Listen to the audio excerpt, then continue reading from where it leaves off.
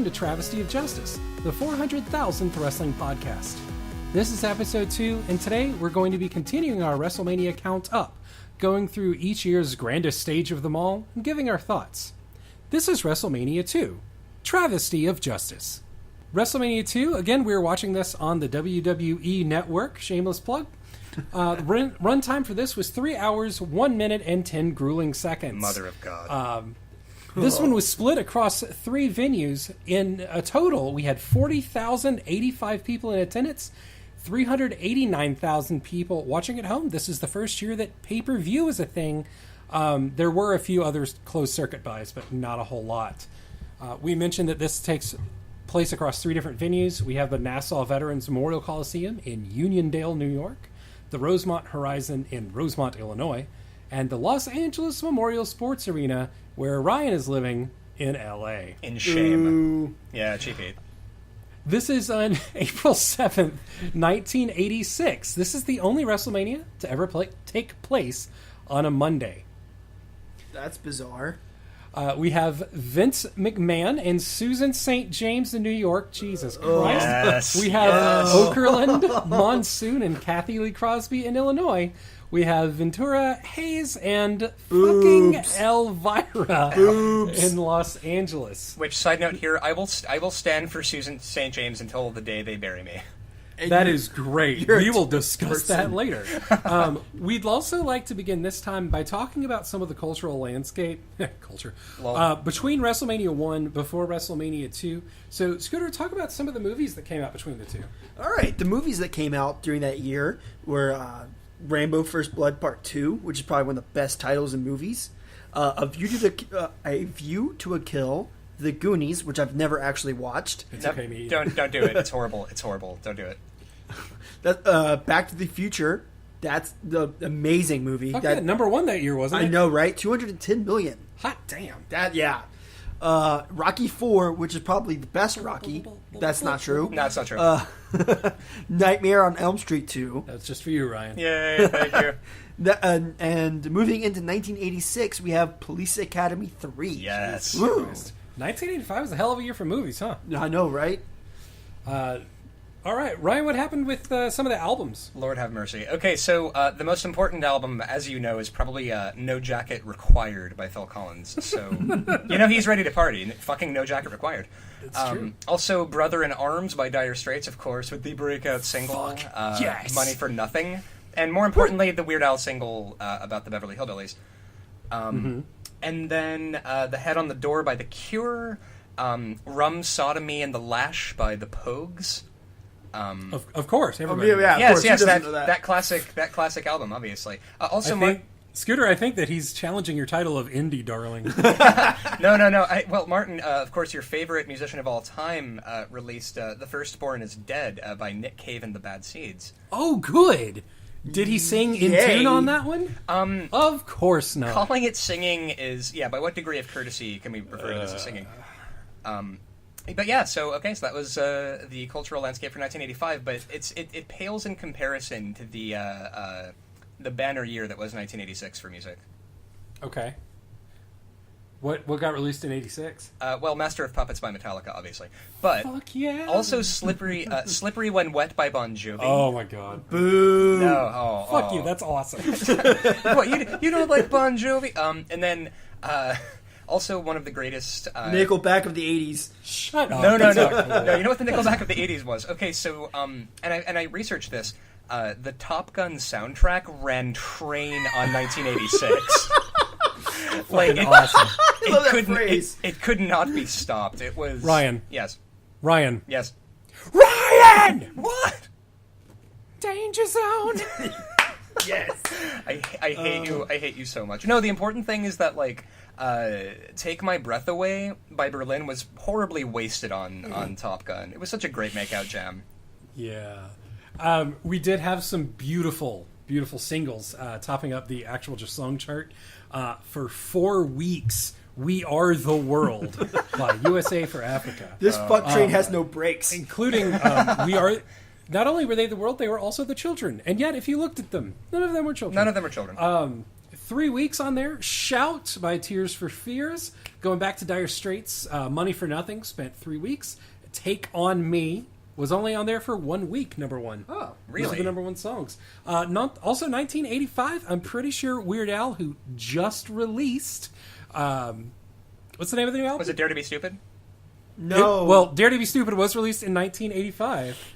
I just forgot. I literally looked at it today. Oh my God. None of us can remember. We're terrible people. Holy shit. Oh god, I'm such a bad Weird Al fan. Fun is mandatory? Mandatory fun. Fuck yeah. High five, Scooter. Yeah. Good job. Okay. Into 1986, That's What Friends Are For by Dion and Friends. Spent 4 fucking weeks on there. What you really learn, actually, by the way, after talking about these things, you really old school wrestling makes a lot more sense for the fact that nobody had any goddamn taste back then. How Will I Know by Whitney Houston spent 2 weeks on there, and then actually leading into WrestleMania 2, Rock Me Amadeus by Fallon. Oh, yeah. Spent a total of 3 weeks It's on there. now. So like I said, this is the first and only WrestleMania held in 3 separate venues at the same time, and for a very, very good reason. The audience asks itself why, though, as we still do to this day. I'm so confused. I actually kept looking at, like, wait a minute, why the fuck are they in Los Angeles? I thought they were at the Rosemont, and then I started looking for it, like, why would they? And then I started trying to figure out why they would split it between 3 venues. Well, I'm sure we're going to get to this later, but it caused for very weird time constraints where stuff would be happening and you'd hear stuff in the background that was important to matches. Right. But yeah. I'm sure we'll touch that later. Oh boy. Oh, like during people's promos, and you had the Michael Buffer guy yelling stuff. Kind of. Now, for our opening, we had a beautiful porn sax opening over the New York City skyline. Yeah. Moment of silence for the Twin Towers. Gonna give that city the dick. Ryan! Moment of silence! Okay, we are met by Vince, who welcomes everyone, but this is before his 2 different tones, where he had... what were the 2 ones that he had? Like WrestleMania 9 is... Caesar's Palace! And oh yeah, here you go! Oh my god. Vince he deploys one of his 2 voices. He gets a little bit crazy at the end, which causes his earpiece to pop out. Not as crazy as Bobby the Brain Heenan at one point, though. That's true. He comes in on a Campbell, but that's episode 9. Yeah. He gets a little bit crazy, and his earpiece pops out, and he gets to introduce Susan St. James on color commentary. Oh my god! I had to look her up because I've never heard of her before. Right. No idea. She was on some TV show in the 70s. That's the best I got. Yeah. No, but honestly, and I should probably get this out of the way right now because I can feel a lot of judgment from Tennessee right now that that I love Susan St. James, and the reason that I love her, it's like a direct contrast to the Jesse the Body Ventura being constantly impressed and excited by everything, and then you've got your drunk Virginia Slim smoking auntie over here. Okay. And she's just constantly like, yeah, give me a break, come on T, just completely. And it's great because as it goes on, she looks like she's getting progressively drunker off camera. She probably is. And and she keeps smiling like she thinks we don't know that she's drunk and she's being sneaky. I like that. Well, I just love the fact she's a giant mark for George the Animal Steel. She is a big mark. We will get to that. Oh, man. Okay, guys. Oh, Lord. Right away, you can tell that the lighting is much improved. You can see more than 4 people in the audience. Ray Charles is led in to do America the Beautiful.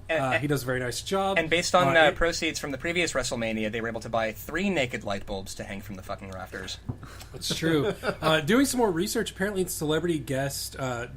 Ryan, you joked about they had a celebrity that canceled on them, and so they just shoved Mean Gene out there on WrestleMania 1. Yep. That is exactly what happened. I'm not sure what celebrity it was, but I'm going to do some research and try and put that in for 3. That's beautiful. I feel so vindicated.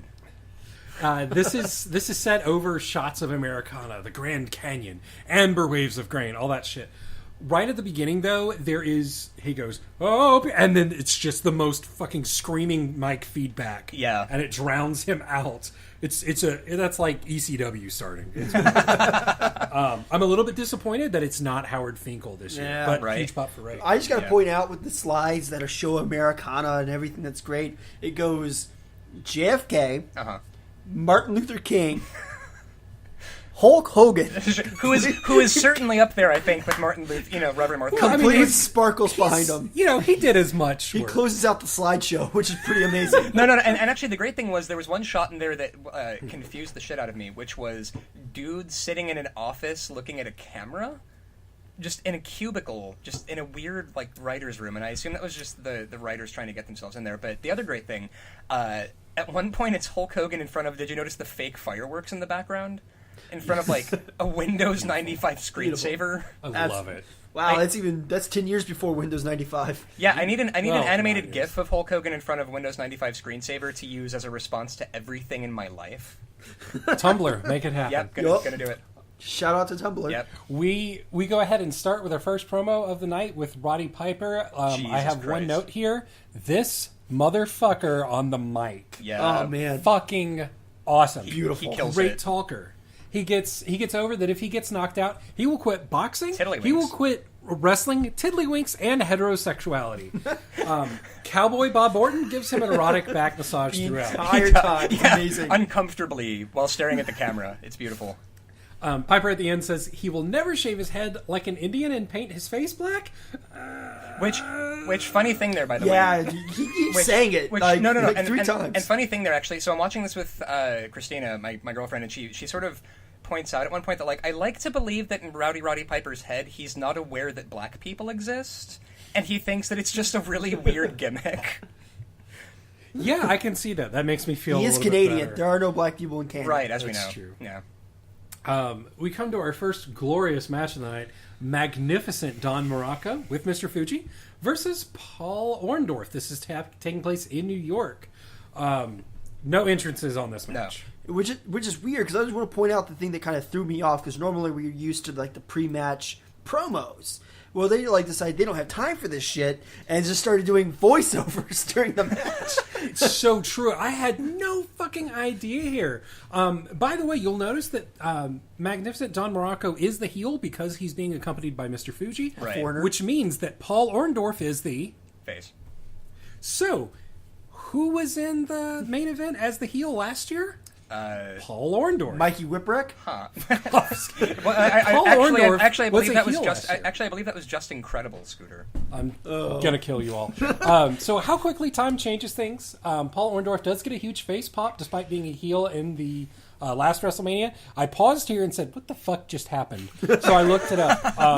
The very first episode of Saturday Night Main Event, which was in the middle of May in '85, Piper and Orton went ahead and beat up Orndorff, blaming him for the loss of WrestleMania 1.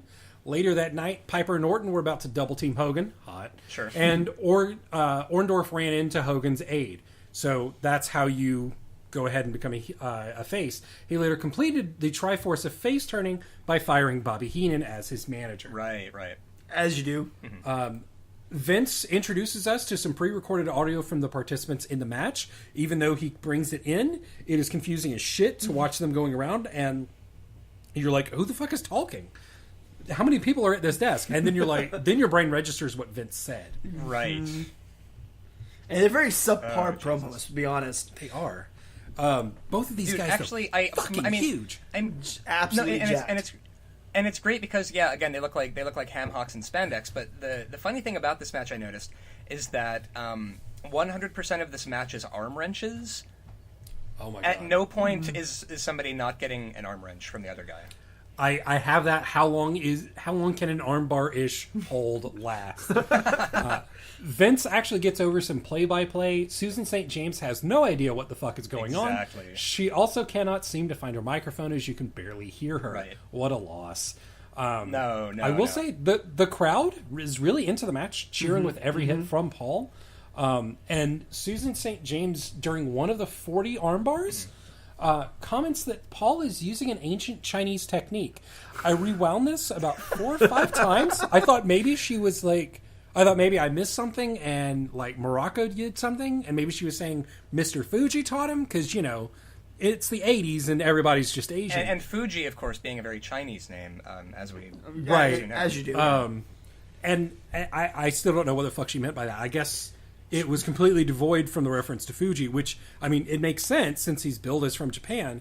It would make sense to not reference him with the Chinese stuff, but wrestling has conditioned me. you expect a level of quality. I was from like, your no, color she's commentary. talking about Fuji. Just brainless. The fight heads outside the ring. Still no mats. ECW. Not very well lit, but they get a spotlight on that motherfucker. And really, they kept getting huge pops from the crowd. And what I noticed is that like. Now you have to like murder a guy's entire hometown just to get a pop like that. And this one, it was like an arm drag from Orndorff, and everybody was like screaming their asses off. They've never really seen an arm drag before. When Jesse Ventura, like when someone did a drop kick in WrestleMania 1, Jesse Ventura shit his pants. He ejaculated on the spot. And shitting his pants. It's really awful.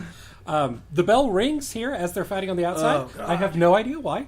And the crowd goes apeshit with bullshit chants. You actually, it's very clearly saying bullshit. It's beautiful. Because, like, honestly, like, this match wasn't too bad. It was average, and this ending absolutely ruined It was the least satisfying conclusion I think I've ever seen for a match. Well, no, I mean, it's like, normally we're used today that when you hear the bell ring, they pretty much immediately tell you what the result is. And everyone's just like, it was almost like the referee gaffed it. Because everyone just kind of stood around looking at each other, like what? Well, what's going on? Yeah, I mean, I would agree with that. But this is back in the day where there was a little bit more of a lag in the ring announcer. But Vince does pick up on the bullshit chants. How can you not? Of course. He says the crowd is not very happy with this decision.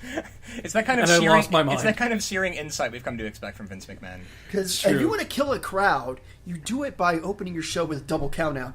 Well, Which is what happens. They were out there, I swear to God, 3 seconds. Well, Yeah, it was almost immediately. and really, I feel bad for Paul Orndorff that he like headlined last WrestleMania, and now he's jerking the curtain for this nonsense. They've had the world champion curtain jerking before. They did that at Survivor Series. It's like curtain, like being the opener is not necessarily a bad spot because It's true. Look at the last 2 pay-per-views. Those are the match of the nights. because yeah. like the crowd is usually hotter because it's like it's fresh. It's a match right before the main event that you don't want to be in. Yeah, that's the Pittsburgh. Yeah, but it is the Pittsburgh match. But I almost wondered if this one, I got the impression that Orndorff and Morocco were both trying to no-sell the other one. There was a little bit of that, Yeah, that's two macho guys going in there. Yeah. Apparently, the ref calls the match as a double countout, which comes after what must be the fastest 10 count ever. Right. This decision is announced during Mr. T's promo Oh, God. with the audio splicing over each other. I had to listen like 3 times to figure out what was being said. Right. Yeah, you just can't even hear Fink talking because Mr. T's screaming something about his midget. I don't know. He does have a minute. No, he screamed. Yeah, he screams about his midget, and then also the other thing that he said that I wrote down was, "If he starts doing dirty stuff, I'm going to start doing dirty stuff." And I have that quote as well. got me. Yeah, that got me rock fucking hard. And then also I love. Whoa. No, yeah, and I love, by the way, that old school trash talking was literally all of it was, "I am going to punch you in the mouth." That was all of it. Well, like it's just that's the other thing about it. It's like it's announced, you can't hear it, and it's like, do they really just do a double count out finish? It's kind of like I couldn't believe it when it happened. Yeah, It's crazy. Match lasted for all of 3 minutes, 17 seconds. So after Mr. T is talking about all the dirty stuff that he's going to let be done to him and do in response, and then what did you guys think about the and then towel match? each other off until they're mutually satisfied. What did you think, Ryan? I gave Orndorff versus Morocco a 1 out of 5. I was and it was such. I mean, like, okay, so the first match is supposed to be the one that gets the crowd on their feet and gets them pumped about, the rest of the night. And this one was just 2 sad fat men no-selling each other, and then They're anything. Ryan, there's so many steroids in their blood system. They're anything but fat. There is no body fat in that ring. That's true. That's true. So it's literally just 2 enormous hunks. Sad muscles. It's 2 sad muscles in a sock, just like cuddling It's for the ref. like they sort of aggressively cuddled each other and then got a double disqualification. It was For 3 minutes. Oh my god. That kind of describes my sex life. Sure. Yeah. Same. Same. Scooter? I mean, like, I kind of already basically stated my opinion on the match. It was a passable match until you get to the end when it's a double count out of nowhere, and it feels like the ref counted to 3. So I have to give this match a 1 out of 5 because of the finish. I don't have a whole lot to say on this one. It was so fast. The finish was stupid, but I thought that it generated some nice pops from the fans. I don't know if they were just like, "Fuck yes, WrestleMania!" or what. It might have been. I was very nice and gave this shit fest a 2. Oh, there you go. But then Don Morocco was inducted. Sorry, go ahead. Oh, but then also I wanted to point out. Is it just me, or is every body slam that everyone does completely identical in this period? Because, yes. I feel like, there are weird variations on, an arm drag or a clothesline, but it's amazing. It's like you're playing a video game, and everybody is programmed to give a body slam in exactly the same way. Well, you got to think, this is before the internet. This is so wrestling, especially in the WWF, just seemed to, kind of grow from the same place. Mm-hmm. So it's a similar style of wrestling. So they probably all learn from the same person. Yeah. So it was literally just Killer Kowalski glaring at everybody behind the curtain that if they fuck this up, they're not eating tonight. Probably. Yeah. Don Morocco was inducted in 2004 to the Hall of Fame by Mick Foley. It was also the first winner of the King of the Ring tournament. 3 years later, Don would induct his manager here, Mr. Fuji, into the Hall of Fame. Mr. Fuji always gets great heat. I don't know that I've ever seen him as a babyface manager. It's so great. Fuji is billed from Japan. He's actually Hawaiian and is currently living in Tennessee. Hot. I got so many questions. I think Morocco is probably the most famous for taking the Superfly splash. Yeah. That's the only reason I hear Morocco's name. In much the same way that Razor Ramon was famous for having once been in the ring while Shawn Michaels was wrestling a ladder. That's just mean and uncalled for. No, that's Ric Flair, and that's the fucking truth. Yep. Next, we have George the Animal Steel, Jesus Christ, versus Macho Man Savage with Miss Elizabeth, also in New York. We get our first Macho Man appearance at WrestleMania.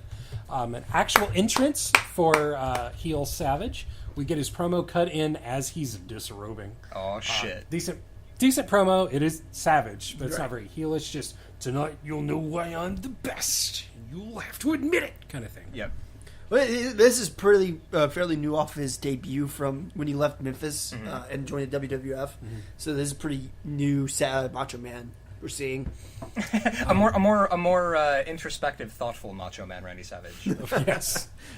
Susan seems to be interested in the fact that Savage treats Elizabeth like dirt, and George is in love with her. Now, I'm going to try to not to go on a rant this time, but Macho was kind of always a dick to Elizabeth. Susan actually said, he's got this gorgeous woman, and he treats her so bad. You shouldn't treat your significant other badly, regardless of how beautiful they are.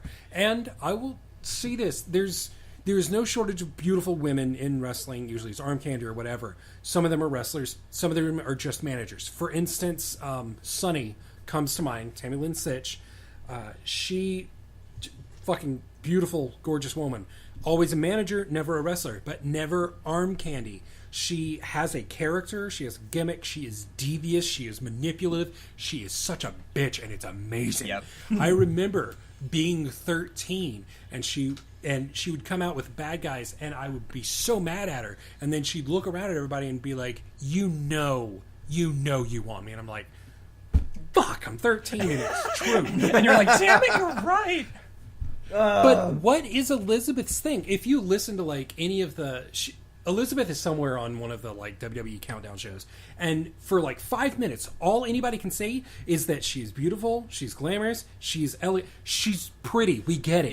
Yeah, do you ever listen to her talk on the mic? She has no charisma. She's the worst. She just kind of goes, "Hi, I'm with the Macho Man." Yeah, and it's so shitty that her entire gimmick was tied up into being pretty and also being with Macho Man. Very true. She had no gimmick. They get over that she should date George the Animal Steel instead. Why? Did he signal that he thought she was cute by leaving decapitated mice outside her door? Possibly. Maybe it's because he's not an asshole. Holy shit, he's a nice guy. Oh, well, that's what it is. She had a line, if I remember correctly, it was along the lines of he may be dumb, but he treats women correctly. He's fucking drooling on her pretty girl. And it's obviously you should date George the Animal Steel, who could knit for you a festive cardigan from his own back hair. Speaking of which, I do have a note here that says, "Fuck, he's a hairy motherfucker." I just want to kind of stop here and give a little background on George the Animal Steele. One thing that wasn't necessarily known about Mr. Steele is that he was actually a high school gym teacher in Michigan. Holy shit! So that was he would teach in Michigan, and then for the summer he'd come out and wrestle for the WWF for just one shots. Imagine this enormous man dogging you for going too slowly during gym class and just screaming at you. I would say he's better than my high school gym teacher. That motherfucker should probably burn in hell. Wow, there you go. Well, fuck that guy. Sorry, if you're the kind of piece of shit that feels it's okay to tell 15-year-old girls, "Hey, I'm part black. Guess which part?" Oh, then God. Wow, fucking worst piece of shit in the world. Somehow, I don't even remember your name, you piece of shit. But somehow, I hope you're listening. Fuck you. Jail. So Macho does great job of selling that he's kind of scared. He's running away from the spot, doing the runaway spot. But before that, what's great actually is that the opening of the match when they're kind of trying to intimidate each other. I've noticed. Did you notice this about George the Animal Steele? His mannerisms are entirely abdomen and leg. He forgets that he has arms. I did not notice that. That's a Ryan observation. Oh, man, So at the opening of this match, there's the most brutal flower shots I've ever seen. That is not the opening. Is that I thought that was near the opening. Dude, it's 6 minutes long, okay? Oh, fair enough. So I understand. But George starts blatantly biting the heel. Yep. He just starts biting Savage. Susan and Vince cheer him on as he's not disqualified. What the fuck is wrestling? No one knows. It was basically Calvin Ball during this period. Yeah. Well, it still is. Yeah. Yeah. Steele goes over to be fat at Elizabeth. Sure. For some reason, he gets tangled in the rope. Every time he farts at Macho Man does 30 backflips. He bumps like a motherfucking boss. He gets thrown out of the ring 800 times. He crawls under the ring. He comes out of the other side and attacks Steele. Holy shit! And honestly, I mark the fuck out for Macho Man Randy Savage. Especially as compared with so many of these other chuckleheads, as soon as I see a promo and I see that beautiful grizzled weird ass mug show up on my TV, I get so excited. Right? George samples other parts of Macho's anatomy, biting the arm. The fucking ref starts counting to 5 like it's a hold. It basically is. And actually, during the bites, Oh I remember God. I typed in all caps, "Who is the heel in this match?" Exactly. Wait for the main event. That'll come back. Yeah, there you go. Where is the DQ? What the fuck? Macho gets a bouquet of flowers, the most vicious weapon of all, and hits the animal with them for some reason. Animal bites him again. He basically no-sells the flower shot and then That's just starts intense. going nuts on Macho Man. And Macho sells the flowers. Macho Man sells being hit with a fucking tulip. It had shades of Rock and Mankind with the chair. Amazing. Rumble. Just if he had bladed for the flowers, Oh. I would have turned this off and canceled. If there was just a secret gig nestled in the tulips, and then So they chase each other on the outside, and then Steele runs around the corner, and Elizabeth is there. And then, because the commentator's reminding us he's an idiot, he starts asking for a hug from Elizabeth mid-match, I guess. Sure. Macho does an axe handle from the top rope to the outside. Oh, so that's the origins for Eugene. And I'd like to point out here, Yes. the great thing about George Steele hitting on her during during that part of the match. I noticed. Did you notice that there was a fair amount of popcorn lodged in his back hair? Oh, Yeah.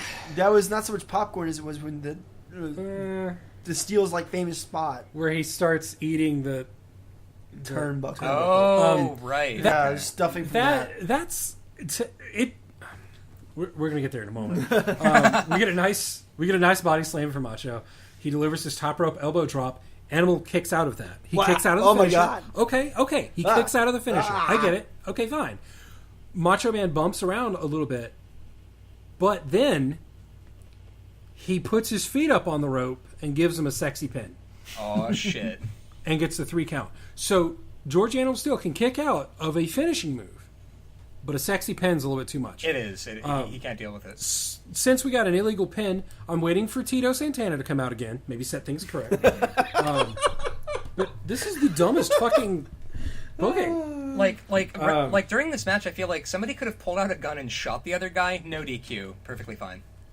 Yeah, this was fucking CZW all over. Yeah. Especially the flowers. Okay, I'm blanking from memory because I lost my notes because it's been a while.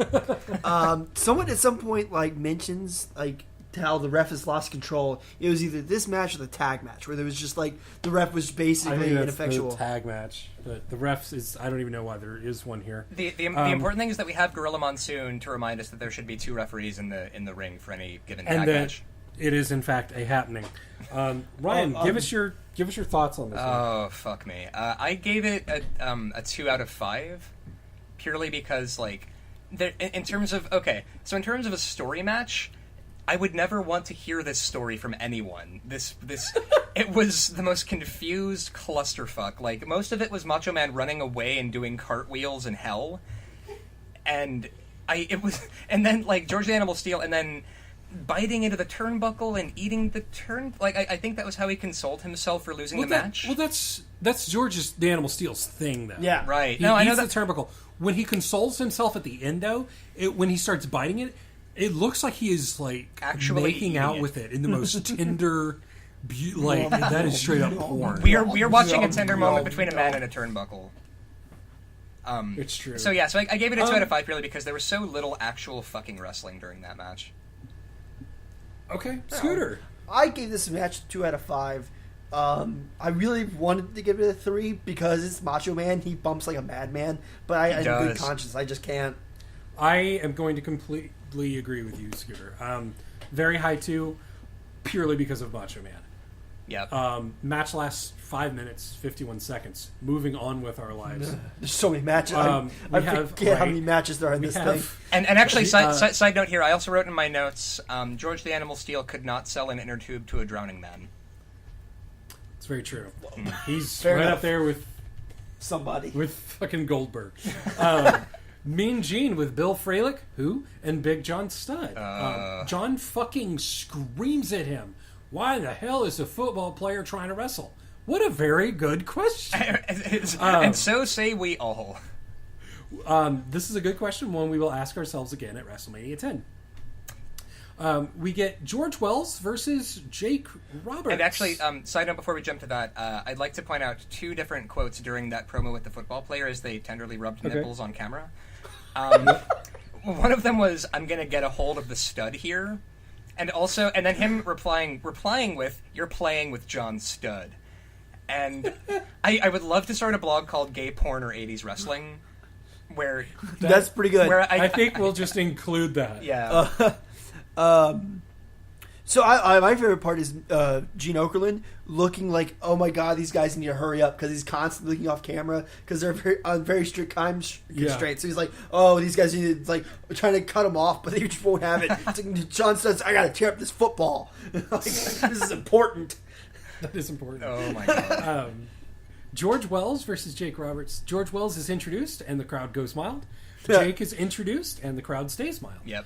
I thought this guy, George Wells, was not I just called him not Virgil because that's who he kind of looked like to me. However, he did have an ounce of charisma, so better than Virgil. There you go. The 2 exchange hits in the most exciting opening sequence we've seen thus far in all true. of WrestleMania. It's actually oh my gosh, wrestling moves. Man, and honestly, Jake the Snake Roberts can do no wrong as far as I'm concerned. Well, at this point. No, I mean, okay, my thing is yes, but for a guy with a pot belly and tiny legs, his ring psychology is always great. He always does exactly what he's supposed to do at every point of the match. It's great. He's a master of it. Jake, like Macho, really bumps like a king. George gets a great head scissors over. Jake asks for a timeout. You know what? I love that spot. We don't see it anymore. I love that spot. When the heel's no. My dad... I used to watch wrestling with my dad. My dad is the biggest mark in the world. It's beautiful. Ryan's knowing because he knows. But every time that a heel would be like, timeout, my dad would be like, is this fucking idiot asking for a timeout? I feel like your dad marking out to wrestling is like angels singing and children laughing. It's beautiful. Okay, so the big thing was whenever somebody would cheat, and the ref wouldn't see it or anything like that, Or maybe like somebody would keep attacking somebody after the match. My dad, during all the confusion, the commentator screaming and then ringing the bell a million times, my dad would start screaming, 90-day suspension, $50,000 fine. I'm like, I imagine this fight at the Nashville Fairgrounds where these guys are probably getting $10 a match. I mean, everything. And no matter what federation it was always a $50,000. And what I take away from this is that your father is literally Hank Hill. Oh my God. Yep. Love you, Dad. So, also another note here I'd like to point out. Did anybody else realize that Jake the Snake's tights looked exactly like a wild berry Pop-Tart? No? I suppose. I thought they looked pretty cool, though. Like, it was just the twin snakes going around, meeting at his dick. Is that what those were? It did not. Yeah. I did not, but thank you for that. Jake fucking Michaels sells a headbutt, ends up with his feet on the top rope. That's like The Rock selling a stunner. Yeah, where he just flips backwards and ends with his feet on the ropes. You do like a somersault. The cartoon snake that's in teal over a burgundy back. Thank you, 80s. But Jake hits the DDT and slithers on top of George for the 3. That's the second sexy pin we've had in 3 matches. I actually really think the DDT gets over here. I think the crowd doesn't really react to here. He didn't need much offense throughout the match because once he hits it, it's over. He's really getting over that move. But here in a few months, here in like another year, though, this move is going to be fucking insane. And honestly, oh god, Scooter. My favorite thing about the DDT is someone asked Jake what it stood for, and all Jake said in response is the end. It's like that is holy shit. And then it's like, hey, Randy Orton, what does RKO stand for? I kick you in the head. The skull. Randy Keith Orton. Yeah, I know, but oh god, no. But the other thing that I realized is that match was quick, but it was tighter than a nun's asshole. It was. Mm-hmm. Oh yeah, it was incredible. It was a match. Jake immediately grabs the bag, and the python comes out, gets wrapped around George Wells. He threatens to throw the snake in the audience. Yep. Love it. Vince mentions that Jake is undefeated thus far. And I agree with you, what we're saying, Ryan. Go ahead and finish your thoughts on the match. Give us your rating. Also I'd like to point out, I was legitimately uncomfortable when George Wells started kind of vomiting because Damien the Snake was wrapped around his neck. Like, I'm just kind of sitting there going like, oh god, can this maybe not happen on, oh god. But I gave it 3 out of 5 purely because, like, with Jake the Snake Roberts, again, he sells like a boss. George Wells even had a bit of charisma. Like, it was such a, and honestly, it was a mercifully quick match. Mm-hmm. Because I feel like these two guys, I don't think both of them could sustain, for example, like a 15-minute match. Right. But yeah, no, it did exactly what it needed to do. It was a perfectly, it was a very like just meat and potatoes, very quick match. All right. I'm kind of like how do I put this? This match is kind of like a diamond among a bunch of bullshit. So like I want to kind of rate this a little higher than probably it's worth. So I got to go with a, like, I know we don't do decimals here, but this is basically Calvin Ball. Yeah. So I got to give this a 3.95. Just because by any kind of other standard it's a 3, but amongst this it's a 4. Right. So it's kind of, so I have to go with a 3. Just for the surrounding contrast of just bullshit. Yeah. I definitely gave this one a 4. Short match. It is 4 minutes and 39 seconds, but it definitely gets over the devastation of the DDT and Jake's character. Very impressed. 2 worked well together. Mm-hmm. If it would have gone a little bit longer, maybe had a few more spots, we could have seen it. And the other great thing with Susan St. James is she's kind of, again, she's your drunk and verbally berating you. And I love that she at one point said like, "Oh, put that thing back where it came from," in reference to the snake. Yeah, it was God. Are we going to see the snake? Is he going to pull out the snake? Yeah, it was. Oh God, it was beautiful. We get a promo package for Mr. T and Piper. It's our first video package ever. Sets up a decent rivalry between the two. It shows that Piper's a dick, and that's all. Then we cut back to Hogan. Ventura mentions the injured ribs, Bundy's size, and the steel cage. Very succinct. A very fabulous Ventura, I might have to say. Yes. And then also I noticed that they kind of were giving Jesse the Body Ventura a weird push during his interview with Hogan, where he's like, and you, Jesse the Body Ventura, also you are a bad man. And I'm wondering here how Jesse Ventura looks straight up like a motherfucking Muppet, and I'm wondering how much his puppeteers got paid to animate his fucking face. Well, like, I love it. It's like, some dudes just, like, Hogan's like, some dudes like to take the easy way out, just like you, Ventura. Yeah. And Ventura's like, nice guys are stupid. Yeah, like my favorite line of the whole thing is just like, I just hope to see that sometimes nice guys don't like to finish last. That little laugh, Hogan, it's great because no part of him moves but his mandible. It's just Hogan gets over how even though he's injured, he's fighting for America and all the little Hulksters. All the little Hulksters. Fuck you, Hogan. Ugh. God damn it. Finkel introduces the guest ring announcer, and at the words guest ring announcer, I start crying. Then he completes the sentence by saying Joan Rivers, and I cry harder. And then Joan Rivers, who was, of course, cosplaying the church lady from Saturday Night Live. Well, the thing is, it's kind of a step up above the last year's Bill guest Martin or announcer, whatever. just because she's a TV personality, not That's a true. baseball coach. Right. Joan introduces our guest judges. Wait, judges? Wait, okay, I guess we're ready for the boxing match. Oh my god! Fucking feedback all over the place. Our guest judges are Cap Calloway, no relation to The Undertaker. G. Gordon Liddy, you know, the guy that helped organize He came back. I missed that. Watergate burglaries. Killed people for the government. And by the way, side note, I love here that at one point in the match, somebody says that they're disappointed in G. Gordon Liddy for not maintaining order. I'm like, look, we were all disappointed with G. Gordon Liddy that day.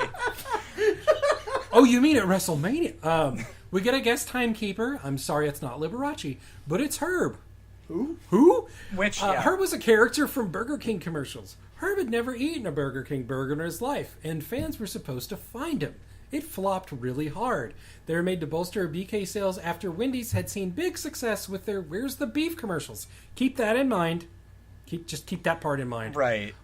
Then we get the boxing match. It is a 10-round boxing match. At this place, I purchased a gun and put it under my chin. I was praying for the sweet release of death throughout this entire clusterfuck. It's a boxing exposition in the middle of a wrestling event, not featuring two boxers. Right. Mr. T does not have a real boxing background. He played a boxer in a movie. He's actually an amateur wrestler. I don't know why they couldn't have a wrestling match. You know what? It would have been way better than the match from last year. Piper gets no entrance music. Huge letdown after last year. Bob Orton is with him. Mr. T, also no introduction. Piper gets introduced after Mr. T's already on his way down to the ring. But shout out to the Gracie train they had going. Mr. T had going with everybody. Right. Vince covers for it. You can hear his butthole clenching up. Can you imagine something like this happening on WrestleMania 30? Oh, my So, God. like, Mr. T's coming down to the ring, like Randy Orton's coming down to the ring, and they're just announcing John Cena or something. Yeah, and then also during this match, I noticed that. So of course, Susan St. James is not a wrestling commentator, and neither really is Vince. And then you realize, not only, I mean, like, however bad you think these guys are, like the two of them are at calling a wrestling match, they don't know shit about boxing, and they don't know how to actually describe what's going on. Actually, like Vince actually does his grandfather was a boxing promoter, and Vince calls the boxing match better than he does the wrestling match, just because he seems to have a bit more knowledge than. And now I'm bringing out my grandfather. I just got to disagree with you on his Vince's boxing call.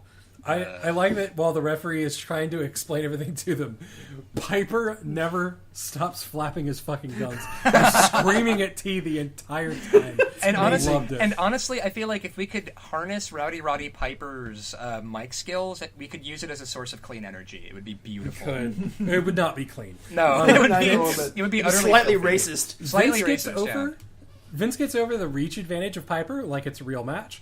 Piper's flannel patterned boxing shorts destroyed me. I missed the Panther though. The Panther was amazing. The Panther shirt was amazing. No, the Panther, yeah. Susan again has no fucking idea what she's supposed to be saying or where she is, and it's great. No, honestly, again, it's such a great contrast to me of Jesse Ventura incorrectly describing wrestling moves. I don't know anything about boxing at all. It's still clear that Mr. T has more training in boxing because he was in like a movie. Rocky about it. 3. Yeah. He's trained far more than Piper. Piper still manages to be a heel. Vince gives, I think, my favorite line. He says, "This is a very brawling type matchup here." I swear to God. Sweet baby Jesus. It's a boxing match, you fucking idiot. It's like, yeah, if this is a boxing match, why isn't he elbow dropping him from the turnbuckle? This is a very brawling. I mean, like, I don't know. It's There's not much you can say about it. It's just too it's a boxing match that's rigged. See, I disagree. I got quite a few things to say here. I got some things. Round 2. There is a salve on Roddy's face that supposedly will make the gloves slide right off. Is that how that works? Actually, to yes. exchange a few shots, Mr. T goes down in round 2. Roddy pushes him with his foot. Sounds like there's a Roddy chant going towards the end of the round. As the bell goes off to the end of the round, Roddy hits T while he's down. Beautiful. As you do. Not in boxing. That would get you suspended and kicked out of every... 90 days suspension. You will be banned from every legitimate boxing organization for doing that. Great. Yeah. While they're in their separate corner, Bob Orton throws water on Mr. T. I loved it. Yep. It's amazing. Mr. T beats on Piper, knocks him down in round 3, beats on him a few more times. Susan gets her only semi-funny line in for the night. Maybe he thinks it's the minute break as Piper is sitting on his ass. Ha ha ha ha. Look, it was 5 out of 5. Would laugh. T knocks Piper down and out of the ring. The ref starts counting. Is this a knockdown or a count out? How does that work in boxing? But yeah, I've watched quite a bit of boxing in my time. I've never seen someone get hit so hard they fall out of the ring. Right. They need to sell it better. Well, yeah, they just need to learn how to sell. And yeah, That's my problem with boxing. Is people only sell like once a match. Well, yeah, like watching boxing in a wrestling setting, it's like trying to use like Logic Pro for Mac on Windows, and it's just fucking incompatible and it doesn't work. It's true. Roddy Piper throws the stool at T. Again, no disqualification. The crowd gets a bit more into it at the outset of round 4. Mr. T's mouth guard goes flying. Piper shoves the ref and body slams T to get one of the most famous WrestleMania moments. And at that point, he finally gets disqualified. I'm surprised he didn't have to knife the ref's fucking kidney.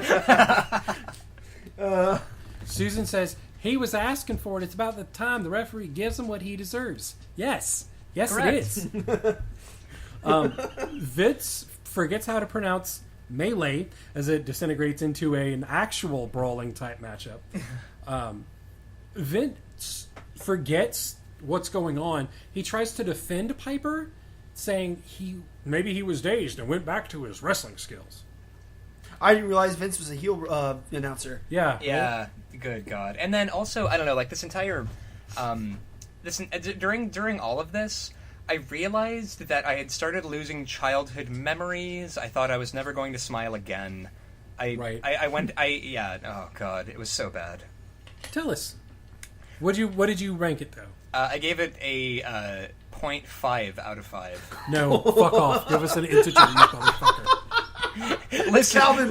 Listen. If fucking Calvin over here can give me, can give. So it what you're saying is,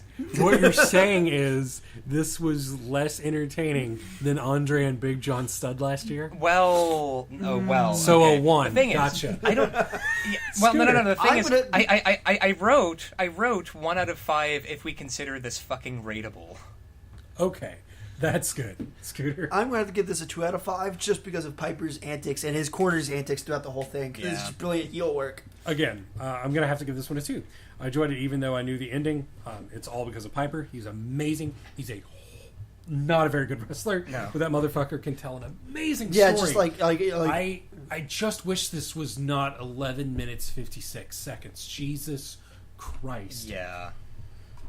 And like Piper is a delight to watch in general, but I could watch Roddy Piper read the phone book. That doesn't make it a riveting thing to read. Roddy Piper should have been a manager. I think he missed his calling. I would agree. He probably would have been a better manager than a wrestler. We cut to Chicago. Gorilla Monsoon and Mean Motherfucking Gene. Oh, shit! We get a battle royal with 14 wrestlers and 6 football players. I think you got the order wrong there, buddy, because I think the ladies' championship was first. Yeah, Velvet McIntyre versus Fabulous Moolah. Well, I'll be damned. I don't know how that happened. So the lady... Oh, no. They start talking about a battle royal. That's what's going on. Yeah. Oh, okay. They're talking about it. Kathy Lee Crosby is going to be on color commentary with Monsoon. She mentions it is her first in-person match. Oh, boy. Oh, good. I did not know who she was. I went ahead and looked her up. At this time, Kathy Lee Crosby, beautiful woman. Would you say so, Ryan? Absolutely. She is 41 years old at this time. Wow. I'm 30 and I look like a hefty sack full of meat. Yeah, I'm 27 and I look like a refugee. Scooter just looks like Scooter. Right, yeah. You know, as you do. I feel a bit of kinship with CM Punk with the, I look like I sell some great meth. Yeah. My favorite thing about this little promo is she's like, well, before I had to give it to the I was rooting for the footballers, and then when I got here, I saw besides the wrestlers, I have to go with them now. Good job, you fickle bitch. Oh my god. We cut to the ladies' championship match. Oh, God. Sorry, I forgot to read something about the. I received a text from Ryan, who said about the boxing match. Shit, I had it. Where was it, buddy? Oh no! It was amazing. Oh no! What did I say? You don't even remember the boxing match in WrestleMania 2 is unwatchable, which is very true. Ladies Championship match between Velvet McIntyre versus the Fabulous Moolah. Holy God. shit! I was so mad. Velvet's hair. Fuck you, Moolah. Before we get into it, what happened to the championship since last WrestleMania, where Wendy Richter won it from Leilani Kai? Both kind of hot. Yeah. November of 1985, Wendy Richter was booked to wrestle a masked opponent known as the Spider Lady. During the match, Spider Lady pinned Richter's shoulders to the mat. The ref did a very quick count and called for the bell, despite Richter very clearly kicking out after one. Screw job. Richter continued attacking the Spider Lady, and pulled off the mask to reveal it was actually the Fabulous Moolah. She was actually legitimately incensed, left the arena in her wrestling attire, hopped in a cab, booked it to the airport, and never spoke to Moolah again. Good. Moolah, the ref, and Vinnie Mac were in on the plan, but Richter was not. This is actually the original Screwjob. Yep. Moolah is famous for this. Yeah, and honestly, and I think I texted Marty something earlier that I should probably be kind of ashamed of. Let me find it, but Scooter, Can I just rant on Moolah? Yeah, go for it. Yes. Oh my god, this woman. This woman is a dusty bag of bones. And she's going over women like maybe, I don't know the ages, but clearly that she has no business going over because she always made sure she was at the top. She's worse than Hogan because she used to like prostitute these ladies back in the day and would just do miserable, terrible stuff to them. And it makes me sick every time she's like trotted out like in a video. It's like, oh, Moolah is the greatest women's champion. It's like, no, oh my god, no, she wasn't. The text that I received from Ryan earlier there we go. was, I'm so glad Fabulous Moolah is dead. And I responded with, Jesus Christ, Ryan! But yeah, fuck her. Yeah, no, and honestly, and not only would she like pimp out the women who were like at her wrestling school, it was against their fucking will. She extorted them for money. She verbally and physically abused the women that were at her school. And like, if you get Luna Vachon talking about knowing Fabulous Moolah, like she is a vile, evil harpy in real life. And honestly, like, and I was so mad watching this match just because, like, again, we make fun of John Cena for having 5 moves. Fabulous Moolah, snapmare, clothesline, splash, pin. That's it. Yeah. This is apparently this whole screw job was because Richter had refused to sign a new contract. Richter says she was still under her original 5-year contract. Her and Vince often had disagreements on her pay. Fuck you, Vince McMahon. Thus, give it to Fabulous Moolah. Moolah at this point was 62 years old in the ring. I knew she looked like a dusty bag of bones. I did notice that the timekeeper versus last year has calmed the fuck down. Well, see, this is in Chicago, not MSG, so... Moolah gets very aggressive, She goes through her triple snapmare takeovers, which of course is kind of like the 3 German suplexes, but 3 snapmares because it's all she can do. Velvet is barefoot. Why? She misses a Brett's rope body splash and falls to Moolah. Very short match. Can I just point out that it's very clear in one of the camera shots that her foot goes up on the rope at 1, and Yes. the ref kind of but the camera zooms in real quick to the ref, so you can't see it. Yeah. So in a very screw jobby-ish finish again. Yeah. Very short match. I really would have liked to see this one go on longer. And like No, I wouldn't. and like Fabulous Moolah needed the push. Yeah. Huge round of boos for Moolah, who stomps on Velvet because, she's the heel. Really, it almost looks legit too. How hard she stomps on. Yeah. I think she was stiffing her. I apparently spoke too soon on the timekeeper because motherfucker goes nuts. Gorilla Monsoon wonders aloud if this match is some sort of record length. I attempt to reach through this TV and strangle him. Yep. It was not a record. It was not a record last year with King Kong Bundy. With the squash match with yeah. Oh yeah. The ring announcer that they have here sounds so fucking bored and manages to mispronounce Moolah twice. He seems like he wants to be anywhere else but that arena at that moment. As would we all. We get told that the winner of the next match will get to raise his colors high. A flag match between Nikolai Volkov with Classy Freddie Blassie versus Corporal Kirchner. Who? And at that point, I remember we didn't give our ratings. Let's keep this succinct. Ryan. 1 out of 5. Fuck it. Scooter. Fuck it. I would give that a 0, but 1 out of 5. I'm going to give that a 1 out of 5. Fuck you. And honestly, I don't care that you're dead. And maybe right. No, I'm glad she's dead. And honestly, what I thought was funny with that, if you think about it, they were great at making me mark out because I legitimately had to go and have a cigarette after I watched that because How much you hated I it. was so mad. It was. I don't hate your gimmick. I hate you. No, yeah. There was actual X-Pac heat for actually hating the person and not A their character. 62-year-old woman. Yes. Yeah. Fuck that 62. It's like, it's not often that I want to push a 62-year-old woman down the stairs, but Lord help Fuck, me. if I could hit her with a car, God help me. Oh, yeah. So we get our flag match. Nikolai Volkov versus Corporal Kirchner. I was asking myself where Sergeant Slaughter was, but I guess he had a Sergeant day Slaughter off. Light. Nikolai Volkov, who sings like an angel. WrestleMania gives us our annual stupid fucking gimmick match, right up there with last year's Body Slam match. Yeah. Both are waving the flag before the match begins. Anyways. So, like... Nikolai, as you mentioned, sings like an angel, gets over his USSR anthem. The fact that he asked the crowd to be silent for it. Crowd goes ape shit. Before he gets started, some fan screams out, "Kill the Russian." Jesus, Mary, and Joseph. Oh, Thank you, 1986. And he has the best look of, like Nikolai Volkov has the best look He's of... so confused. Of surprise and confusion as he gets booed. Like, his eyes Why are keep they darting mad around. for Like, me? why are they booing me? I just love my country so much. He's cut off, though, by the entrance music for Corporal Kirchner, Who? which on the WWE Network is a very standard Stars and Stripes ripoff. His actual music, not much different. I assume that his theme music was Wet Fart for Timpani and Trumpet. That is actually the name. Yeah. He gets a decent pop. I That think is it's 'cause all he's because carrying of the flag. Volkov and Blassie and the Stars and Stripes. We get a USA chant. Fuck yeah. Where's Duggan?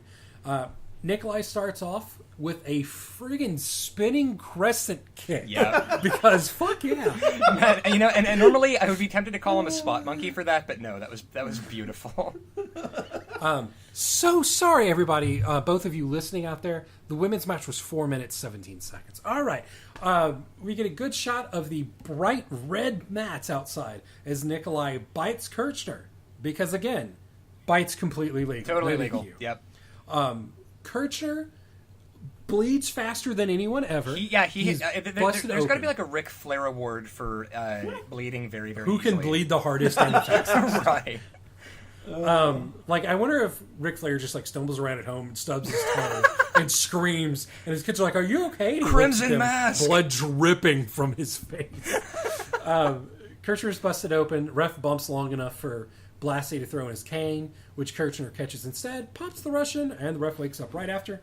Kirchner can win the Cold War. That's almost like Brock versus Boss Man. That's almost like every match. Yeah, and honestly, like, the entire point of this match was America, and it was a joke. Monsoon refers to this as a double cross that backfired. Monsoon does not understand the English language. What? What? I just want to point out at this time, I didn't really keep count, but last year he had the "It's a Happening" line. He seems to have added adjectives to this and said it's a adjective happening, and as opposed to just saying it's a happening. Oh my god! It was like 3 or 4 times I heard It's a double that. cross happening. And you know, and honestly, side note with that, it's funny because, again, like, I think we all grew up with Jerry Lawler and Jim Ross as our commentary duo, yeah? Yeah. And I think I used to think that... I was Bobby Heenan, Tony Schiavone, so get fucked. Oh, see, there you go, you big hipster. And so, as I look back at Attitude Era stuff, I'm largely just kind of going, oh god, fucking Jerry Lawler. But then I listened to Gorilla Monsoon and Jesse Ventura, and I'm instantly nostalgic for Jerry Lawler and Jim Ross. Well, see, I'm nostalgic a little bit for the Bobby Heenan, Gorilla Monsoon duo, because I think that was we will get to that in a few episodes. Bobby Heenan's amazing. Oh, he's amazing. He brought the best out of Gorilla Monsoon. We always talk about, everybody always talks about how amazing the Attitude Era is, and there's some amazing matches in the Attitude Era, some amazing moments. People forget about shit like Test or the oddities. Kurgan. Jesus. So, Kirchner is the winner, and he may display his colors. He does so for 2.3 seconds and marches to the back with it.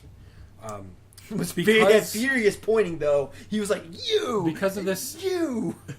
Because of this... I'm so sorry, guys. I've been giving the wrong times. Wow. Don Morocco and Orndorff, 3 minutes, 17 seconds. Steel and Macho, 7 minutes, 7 seconds. George Wells and Jake was 3 minutes. Piper versus Mr. T was 13 fucking minutes. God help me. The women's match was 59 seconds. Sorry, I've been giving the amount of time between the matches. Nikolai and Kirchner was 1 minute, 36 seconds. And we get a replay for it. Of the match. Thanks for that. I forgot what had happened since the beginning of this fucking Iron Man. I swear to God. This fucking Iditarod of human competition. The triumph of the human will. And actually, and it's funny because this is the now, I think, 3rd or 4th match I've given a 1 out of 5 to. No, yeah, this, wait. It's You're a negative Nancy. No, I get it. Yeah. Scooter. Yeah, I gave it a 1 out of 5. Fuck this match. I give it a 2 because of Nikolai's heat, because I love him. Also because Nikolai Volkov, he's amazing. I love him. You're right, though. He's like, why is everybody booing? I'm singing so... He sells it so well.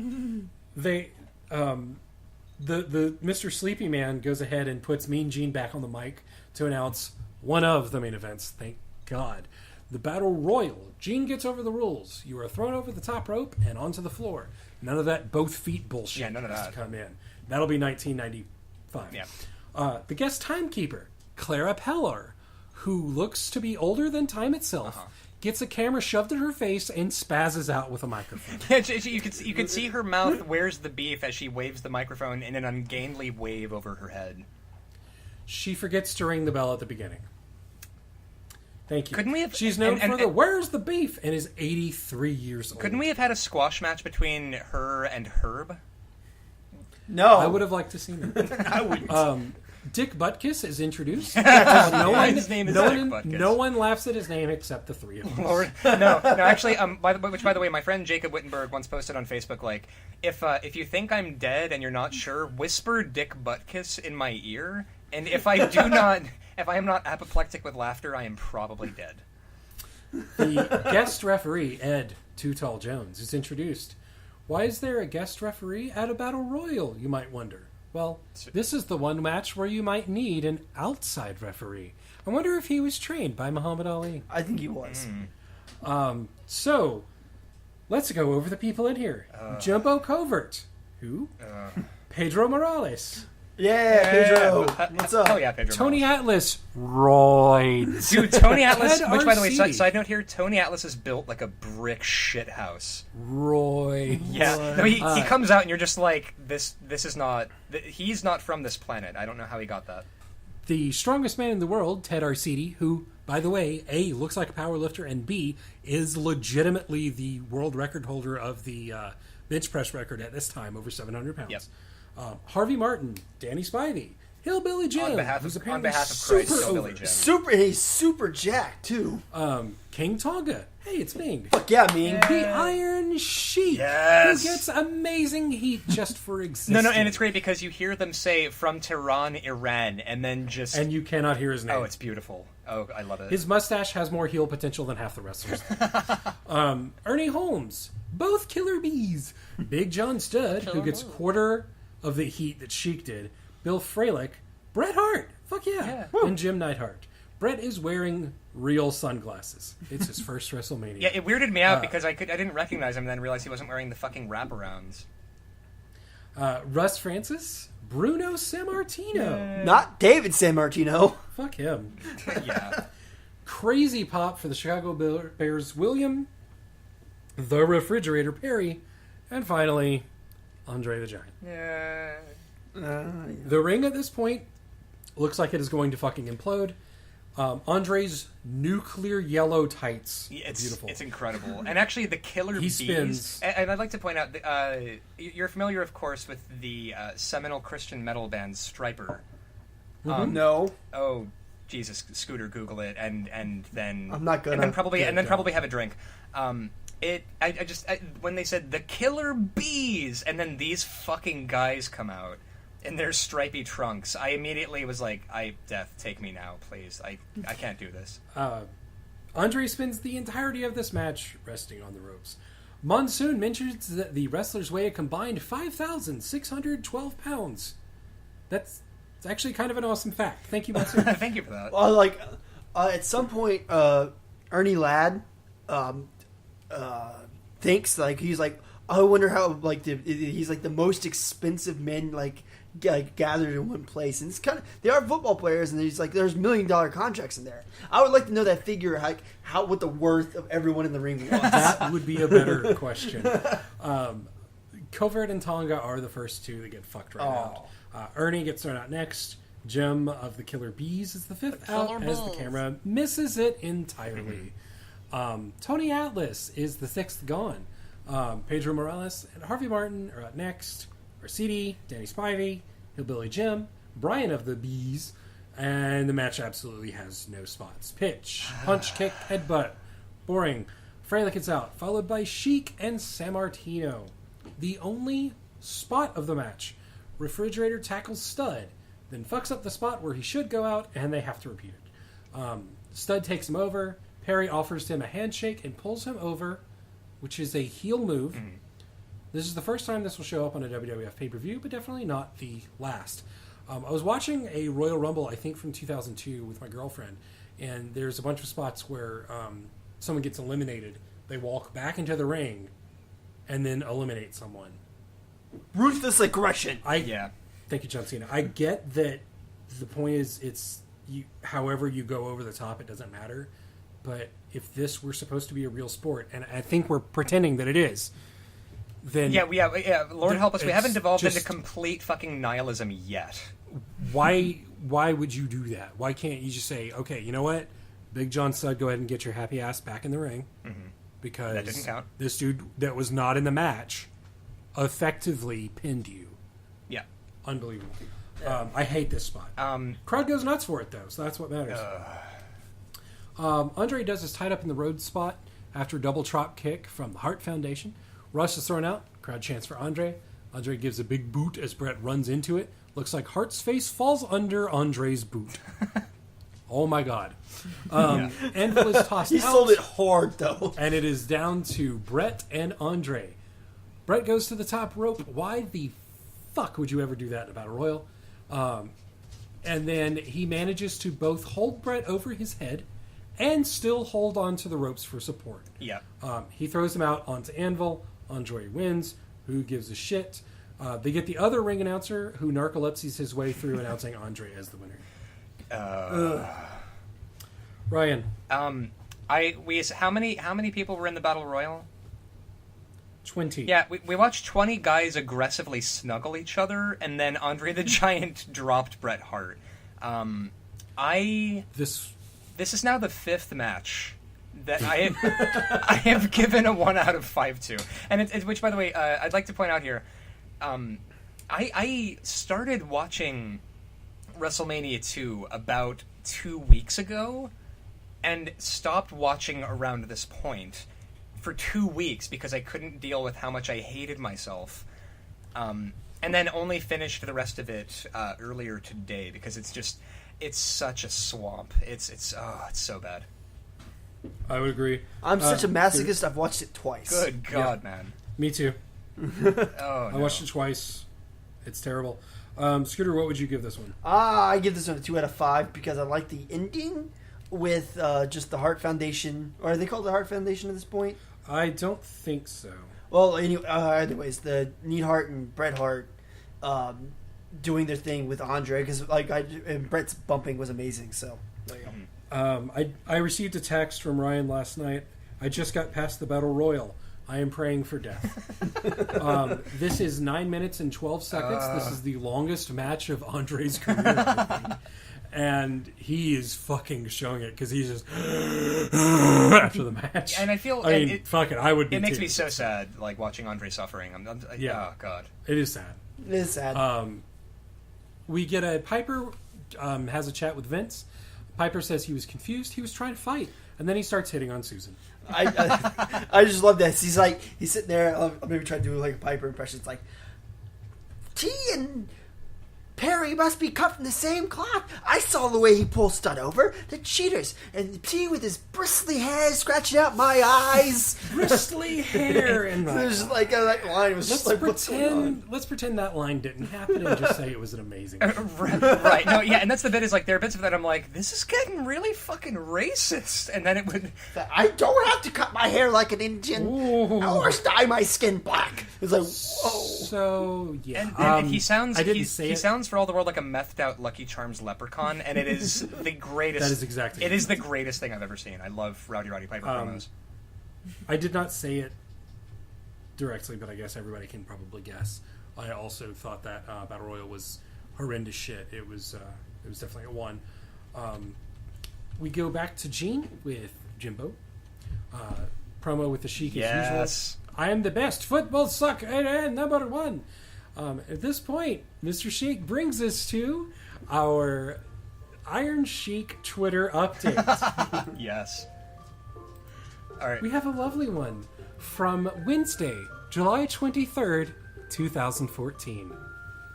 Fuck the egg and cheese sandwich. So clearly he's vegan now. He's turning over a new dietary leaf, I think. I just remember the context where he was just like, you know what? He was eating this breakfast sandwich. Can Iron Sheik operate a smartphone, or is he on the computer? Does he look like a man who can operate a smartphone? Does he look like a man that can operate a computer? I wonder if he has I someone just love who just like follows him around and just like That's dictates it. amazing. I would like to volunteer as tribute for the job of Oh my god, me too. being down Iron Cheek tweets. It's like, you know what? You're right. Iran is number 1. Tag team championship match: Greg Valentine and Brutus Beefcake. Which gimmick is this? With luscious Johnny Valiant. Yep. Versus the British Bulldogs with Captain Lou Albano and Ozzy Osbourne. Because why not? And the thing in Albano's face.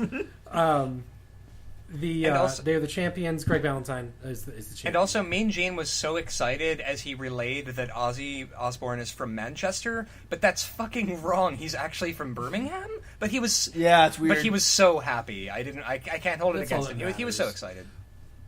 Monsoon asks, what is Ozzy going to do for the Bulldogs? And Gene does not answer this question.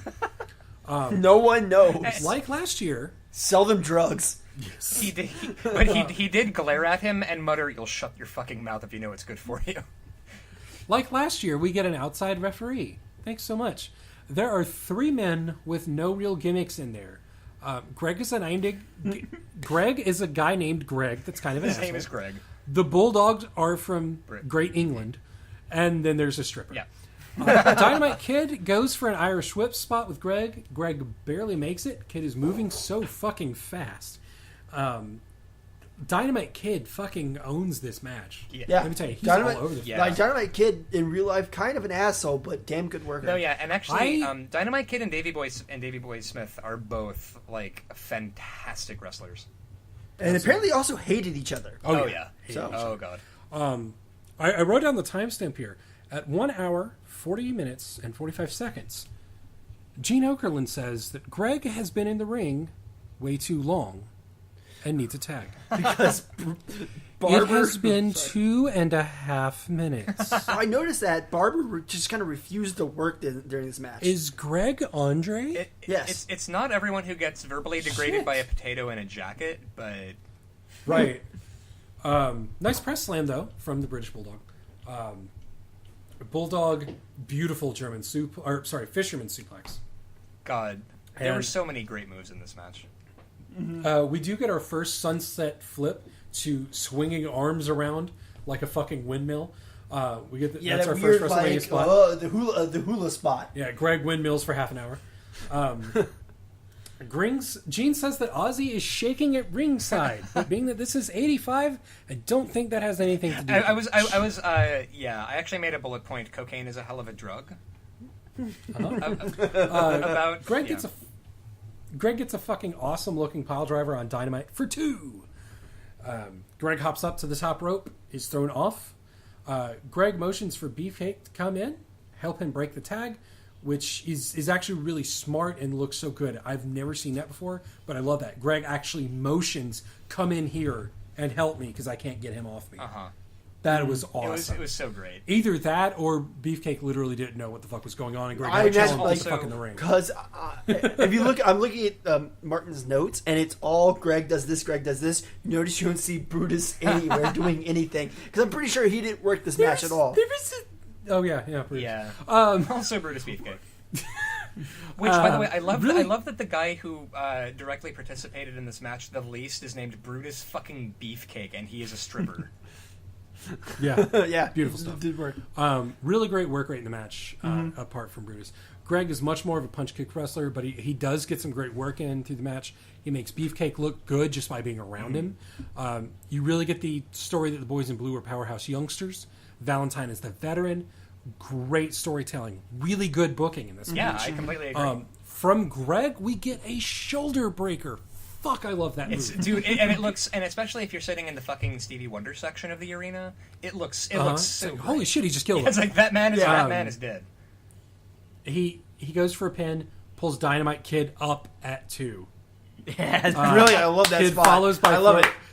Again, this is where my dad would fucking lose his shit. You got the man beat. What the hell? Kid follows by throwing Greg into Davy's head in the corner. Brutal. And gets the 3. I swear to God. Again, easily match of the night. Ryan. Yeah. Yeah, I was gonna say I gave it a 5 out of 5. Wow. Purely because hold on. We gotta pause the podcast here. Tinkerbell! Inside now! Bitch. We're keeping this in. Yeah. I think we're Tinkerbell. It's you fucking pit bull named Tinkerbell. So I gave this a 5 out of 5 purely because this was okay, so after the Battle Royal, imagine that you've had to eat nothing but mayonnaise for the last 5 hours. That is my diet, actually. Yeah, right. Same. And then you are given a piece of cheesecake. And it's kind of similar enough to be like, oh god, but then you start eating it and you're like, this is not mayonnaise and it's the greatest fucking thing I've ever eaten in my whole life. Analogies, I love it. Right, yeah. And then the analogy. I also give it a 5 out of 5 because again, like motioning that he needs help in the ring. This was some of like the best ring psychology that was had the entire fucking night. Okay. I got to go with a 4 out of 5 on this one. It was absolutely spot on, brilliant, easily match of the night. There's just a lot of stuff going on, a lot of excitement. The crowd was into it, so 4 out of 5. I agree. Easily match of the night thus far. 4. I thought that it was very, very good. It was. It's not quite a 5. It'll be a while before I give a 5. I only give 5s to Japanese wrestlers. Right, yeah. I actually, and I think I might have given it a 5 out of 5 instead of a 4 out of 5, just because I was so happy that it wasn't the Battle I Royal. completely understand. Rose-colored glasses. Ozzy and Albano get the belts and hold them aloft while Mr. Ambien announces that the Bulldogs are the new champions. Keep in mind that this is back when the tag team belts mattered. Aww. No, they also mattered. They also mattered around 2000, and then That's true. never again. Yeah. Okay. Switching to Jesse Ventura, Lord Alfred Hayes, and Elvira. Boobs. Elvira, fucking awesome. She's so great. And if you don't want people using their gimmick names, Cassandra Peterson. Yeah, there we go. Yeah. Scooter. Yeah, but honestly, anything that was filmed in Los Angeles during this period, I feel like all you had to do was like give Elvira a call, and she would promo whatever shit you were doing. Yeah, why not? Hey, why not? You gotta make a living. Oh, sorry. Again, I'm a shitty person. The tag match there was 12 minutes and 2 seconds. Longest match of the night. I'm more disappointed in you than I was in G. Gordon Liddy's timekeeping. I understand that. We get Hercules Hernandez versus Ricky Steamboat. Yes. First Mania. Woo! Hernandez Pearl Harbor's Steamboat. Thank you, Monsoon. Mm-hmm. Ricky flops around the ring in response as a picture of Rocky in front of the 2 logo tries to fade in at 1 hour, 57 minutes, and 26 seconds. Look at it. Yep. The crowd looks really quite tiny here. Quite a few empty seats. Alfred Hayes is better than he was last year, but that could be because last year was so bad, or because we're coming after Mr. Sleepy Naps, the ring announcer. Well, like, honestly, he looked a lot more comfortable in that position than like the guy who sent the open backstage boutique promos. Right, and never don't get that out. And don't get me wrong, Lord Alfred Hayes has pooped himself here, but he is he is less worried that others will know that he has. It's true. He stopped caring. Right, that'll happen. Steamboat does his traditional 2 arm drags, followed by 5 minutes of arm wrenches. Alfred Hayes and Ventura speak over Elvira as she tries to speak up, so she just gives up afterwards. A shame. I'd really like to know what she had to say there. Also because she's a fucking laugh riot. She turns out to be a heel announcer, saying the handkerchief around Ricky Steamboat's knee makes him look like a wimp. Nice. A few exciting exchanges between the two before we head back to another fucking arm wrench.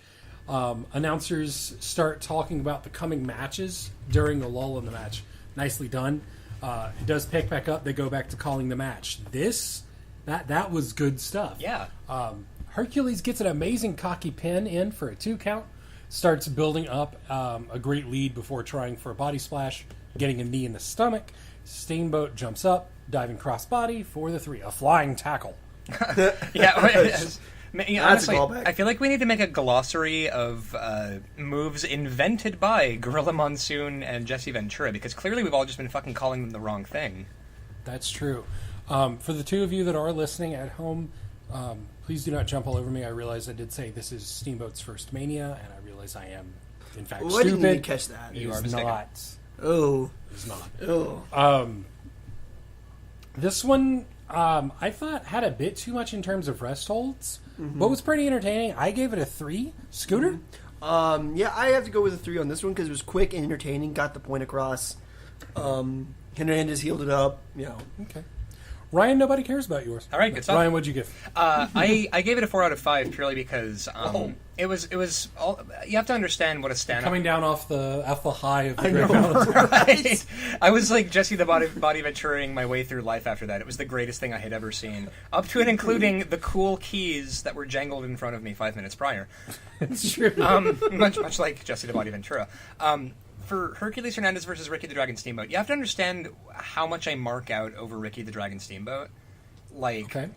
that guy, he does great story matches. And honestly, I gave it a 4 out of 5 purely because it was great because I was watching it with Christina, who mentioned, wow, these guys actually look like they know what the fuck they're doing. Oh, yeah. And yet you watch it and you're like, Ricky the Dragon Steamboat is an old hand at this, but he's not like Fabulous Moolah's desiccated fucking corpse. Right. So he knows what he's doing. He's a total ring veteran, and aside from the 8,000 arm wrenches present in this match, it was a really good match.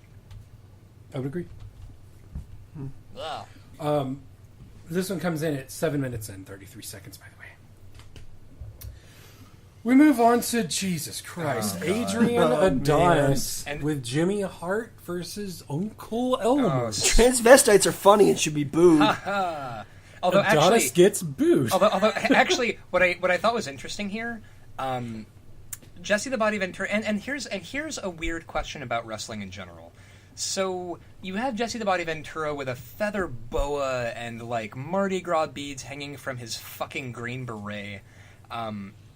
And where do you draw the line with weird outfits in wrestling? Because you have... He ain't wearing a dress, is he? He ain't wearing a dress, is he? Because, you had Macho Man Randy Savage with his neon fringe fucking jacket and cowboy hat. But it's not a dress. Yeah, it's not a dress. Yeah, that's exactly what it is. The line is probably Stardust. Not Goldust. Stardust. Stardust. Well, yeah. Well, also Stardust. Like Jesus Christ. But also, I think that's so funny because so much of this is about, like, if a wrestler comes out and he's flamboyant, everybody's about that. Just as long as he ain't wearing a dress. Right. Or, like, face paint is okay, but makeup's not. Ah, yeah. He looks like a woman with a bruise. It's really weird. Yeah. Uncle Elmer comes out to generic banjo picking. We get a spot with the heel running for his life out of the ring because Uncle Elmer scares him. Yep. That's pretty legit. Yeah. He scares me too. Yeah. I gotta ask, who the fuck is Uncle Elmer and why does he get that big of a pop? I have never heard of him. We'll talk about Uncle Elmer. I had never heard of him before or since and was just watching this. And I too shared Adrian Adonis' terror of this fucking man. No, like, when he came out, I don't know if Adonis had that much heat, but people were, like, legitimately popped for Uncle Elmer. I think it's a combination of the two. Yeah. Uncle Elmer later got married on one of the wrestling shows. Oh. Let's hope we never comment on that. So Elmer clobbers him. Adrian fucks up a flare bump and falls back into the ring. It still really looks awesome. cool. Yeah. Elmer cannot keep his balance after a punch. It is clear from the moment that this starts, the entirety of this match is going to be Adrian selling. Yeah. Like it's WrestleMania or something. Right, he's selling so hard. Yeah. I think I put something in my notes, I believe, where Uncle Elmer throws a punch so hard he has to sell it. That's much better than what I have. Shit, that was great. There's a cheer as Elmer rips off Adrian's dress. We'll let that sink in. Jesus. And apparently his moveset includes a chest bump. Yeah. And I believe Elvira at this point says, "Oh my God, put the dress back on." That is the best. I have that. So say we all. Uncle Elmer misses a leg drop and apparently dies from it. Adonis is able to climb the top rope and hit Uncle Pork Flaps with a splash, which Alfred calls a headbutt of some sort. Ragtime roast beefy weaves. Oh God. Yeah, and I feel Adonis puts his bow onto the back of Elmer. Yeah. And Elvira says she never trusts a man with pink leg warmers. Which I loved how oddly specific she was about it. And it was completely non-homophobic or transphobic. She was just like, no. Leg warmers on a man are fine, but pink leg warmers, that I can't get behind. Mercifully, the match is over in 3 minutes and 7 seconds. Scooter, thoughts? I give this one a 2, mostly because of Adonis' bumping and selling for Uncle Elmer. But other than that, chest bump. Yeah, there's just nothing else going on with this. He sold his dress being torn. Ryan. Oh, and Jimmy Hart. Jimmy Hart's presence automatically yeah. is a +1. Yeah. Ryan? And actually, I gave it a 2 out of 5 purely because I can never give a match a 1 out of 5 if Jimmy Hart is at ringside. Wait, was that a long, wet fart noise for Jimmy Hart? That was an actual fart! Do you Edit that out. Is there some weird thing where you fart every time I mention Jimmy, the mouth of the South Heart? I hope so. Ask my asshole. No, but I gave it a 2 out of 5 purely because, Adrian Adonis, like... Hold on. Hold on. Another one? Let us pause for a moment. Mm-hmm. Hold on. So let some silence happen and then go into your sentence about that. Right. No, okay, so the thing is also, I love that Adrian Adonis's gimmick is making people uncomfortable. Yeah. Because he's just like fondling himself and glaring at the crowd. I see. Like I thought this. Like I didn't know about this guy's gimmick before watching WrestleMania 2. So I thought it was a cool shout out to Gorgeous George, adorable who wrestled in L.A. Yeah. This is again just a big precursor to Goldust. Yeah. Nothing's new. That's when shit got real. I was thinking about Goldust real hard during this match, but yeah, no. What I also thought was funny was again just Uncle Elmer. I just watched him and felt sad. Right? Honestly. Jesus Christ. Oh Jesus. Yeah. So what did you give it? The match is short. Adonis' performance helps bring the match up to a 2. Uncle Elmer was known by over 20 different in-ring names, including Big Tex and the Giant Rebel, Tiny the Plowboy, which is also my gay porn name. He even got a promotion to Lieutenant Frazier. I think my favorite is from the Snakes on a Plane School of Naming Shit, where he was Giant Hillbilly. Jesus, Mary and Joseph. I think he may have had a big rivalry with Mr. Body Slam. As Adonis and Hart leave, Hart cuts on the siren on his megaphone and fucking leaves it because he's coming right back and he don't want anyone to know. It's so great. And honestly, I just love Jimmy Hart so much. Yeah, he's fun. And also as another thing, the Jimmy Hart version of any theme song. Did anybody else as a child get a record that they thought was full of wrestling music and like entrance themes, and they're like, yeah, and then it turned out to be the Jimmy Hart version of those themes? No. Oh my god! Where like it's not the version, it's some fucking butt munch in his garage with like a karaoke synthesizer, and like think of the Big Show's theme, and then think like some rando guy going where the bird, and it's. God, the Jimmy Hart version of theme music. Scott Stapp slash Eddie Vedder slash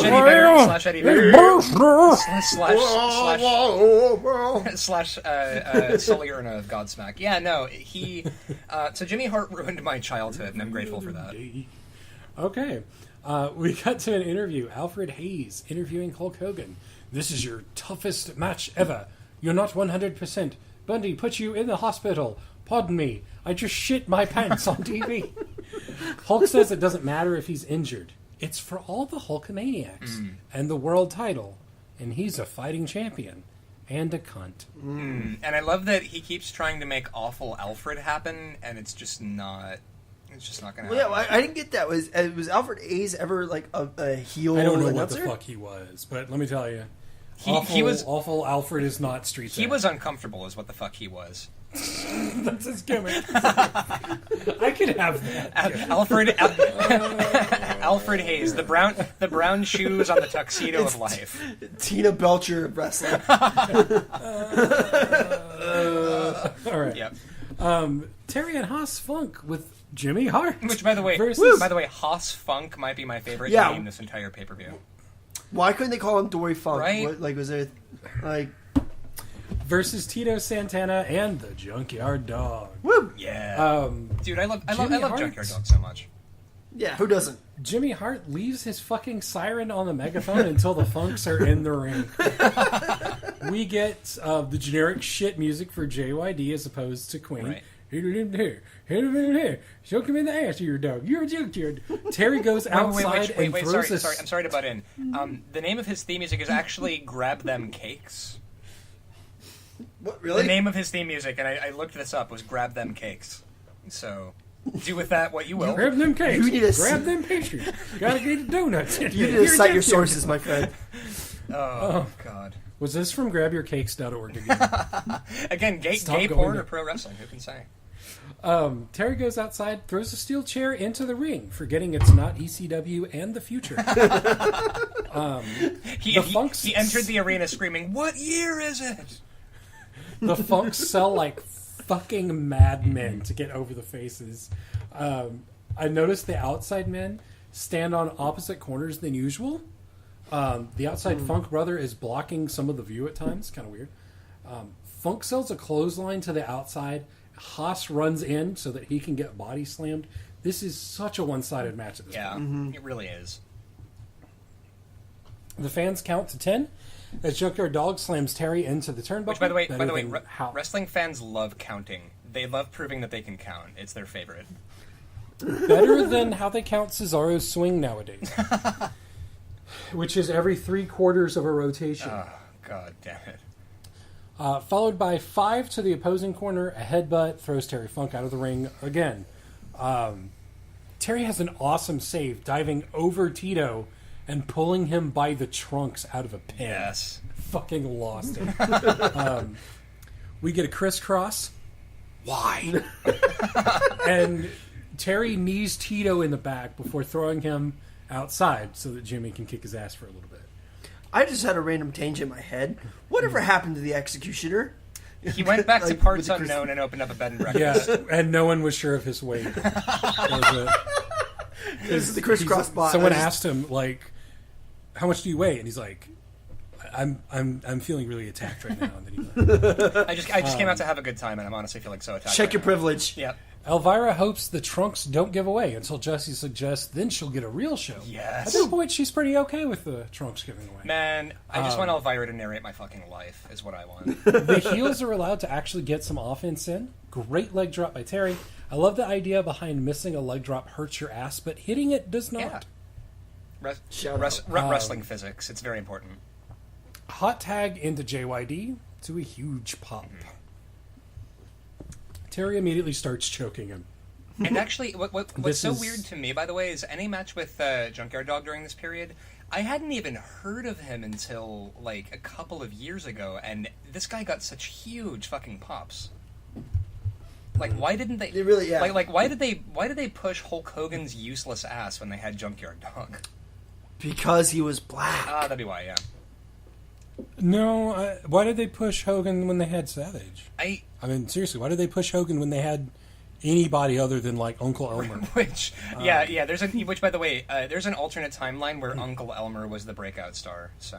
Shut up. You shut up. That's the darkest timeline. Yep. So Terry starts choking JYD. It's in full view of the ref. The ref does nothing because it's, just a choke. It's fine. EC dub. EC dub. Junkyard Dog counters with a headbutt and a back body drop to the outside concrete. Ow. ECW. Yeah, and actually, while watching that, my butthole just clenched. Like, After God. that spot, Terry Funk, I have this in caps, Terry Funk gets body slammed on a table. ECW. EC dub. Which does not break. No. It looks so painful. Oh, Botchamania. He had this look on his face like, this is the worst thing that has ever happened. Junkyard Dog punches Jimmy Hart and Haas. After a small package, Tito runs in to stop Haas from breaking up the pin. Fucking puts on a figure 4? What? Dude, what the fuck are you doing? You're not the legal man. The referee tells him to fuck off. His back is turned long enough for Hart to throw Terry the megaphone. Love it. Hits Junkyard Dog, gets the 3. Yep. Tito, like last year, tries to tell the ref what happened, but the ref doesn't seem to care this year. Elvira says, wow, it looks like that dude is really hurt, in reference to Terry Funk. She is right. She is a psychic. I feel like we can leave that on a loop for the rest of his career. Yeah, it's just, that dude looks like he got pretty hurt. Like, yes. Yes. Yes, he did. Just What in is general. it that Hayes refers to this, and he's not happy with the outcome? What exactly does he call it? I can't quite... something, I think a miscarriage of what is right and wrong. Oh, no. No. Hayes... That was in poor taste. Hayes calls this a travesty of justice, which not only is the name of our podcast, but is also going to be the name of our band. Yeah. Our metal...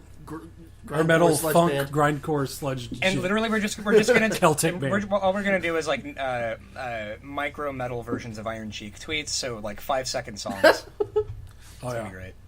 Fuck the Hammer Cheek. Okay. God bless Haiti and fuck the Hulk Hogan, but like with drums.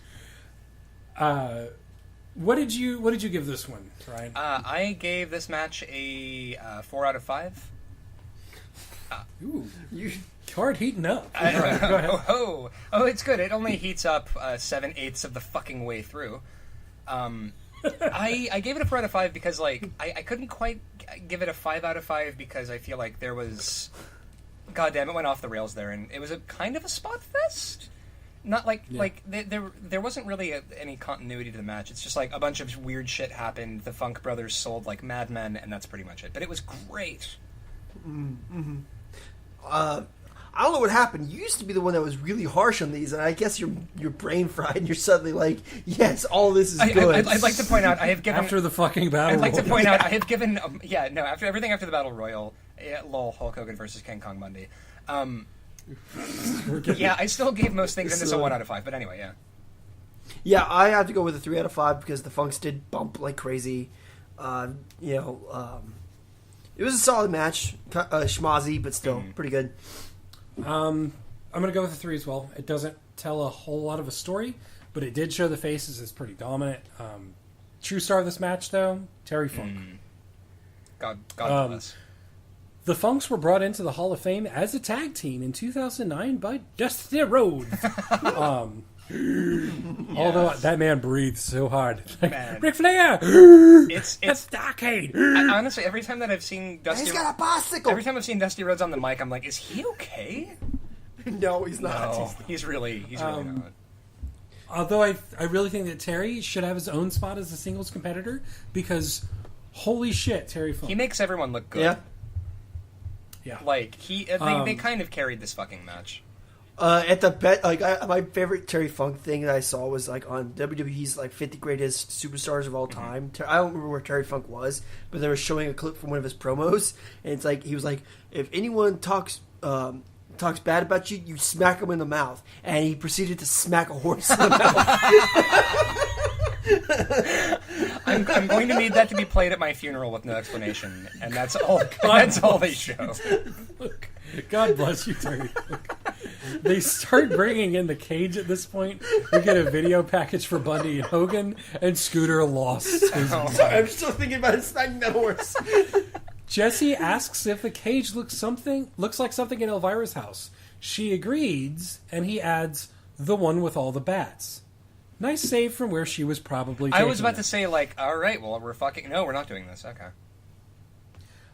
Video shows Hulk doing elevated, stiff-legged deadlifts, standing on a bench with 135 pounds.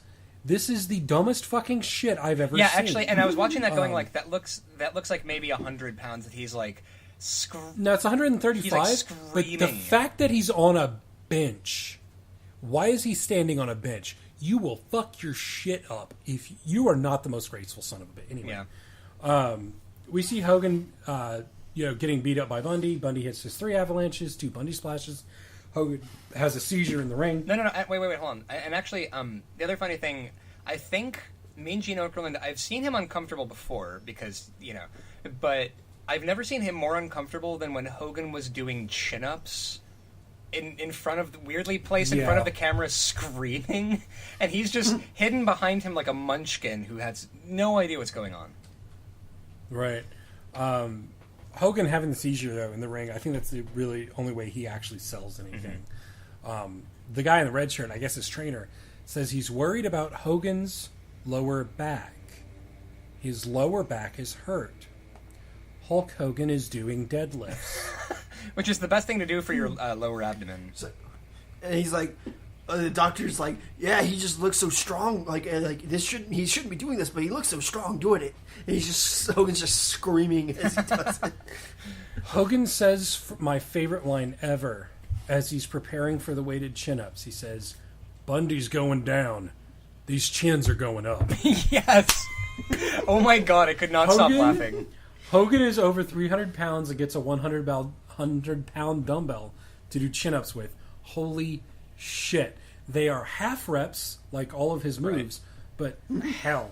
Gene wonders if he's putting too much pressure on his lower back with chin-ups. Jesus Christ. Not a problem with deadlifts, but the chin-ups. Chin-ups are the opposite. Jesse goes over to Heenan and Bundy. Heenan says, of course, Bundy's going to be champion. Bundy... pretty good on the Oddly mic. enough, yeah. Says every time they've been together, it's been Hogan on his back. Fire up the ambulances because I'm sending Hogan to the hospital again. fucking Man, awesome. He's good enough where he doesn't need Heenan to do his talking for him. Heenan is just there to be awesome. yeah, no, I mean, honestly, Bobby the Brain Heenan, he's like hot sauce for me in that add him to fucking anything and I will like it more. Even if it's a thing I already like, more Bobby the Brain Heenan, always. And then King Kong Bundy, has anybody noticed how weirdly pretty his face is?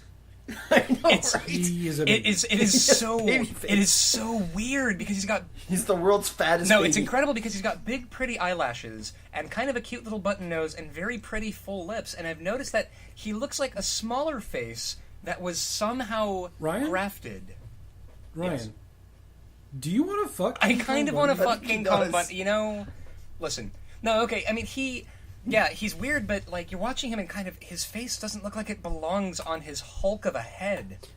No, like it's interesting. Like his head to body area is weird. Like he doesn't have a neck. Yeah. I don't know. Like there's no his neck doesn't really happen. It's just a back that ends up becoming a Yeah. head. Yeah, his head's pointed, almost like a cone It's, head. it's incredible. I thought they did such a good job building up the feud leading up to the cage match. Thought it was done so well. Between the last match, which by the way was 11 minutes 43 seconds, we spend 17 minutes and 16 seconds before this match happens. Between the Funks and the cage match here.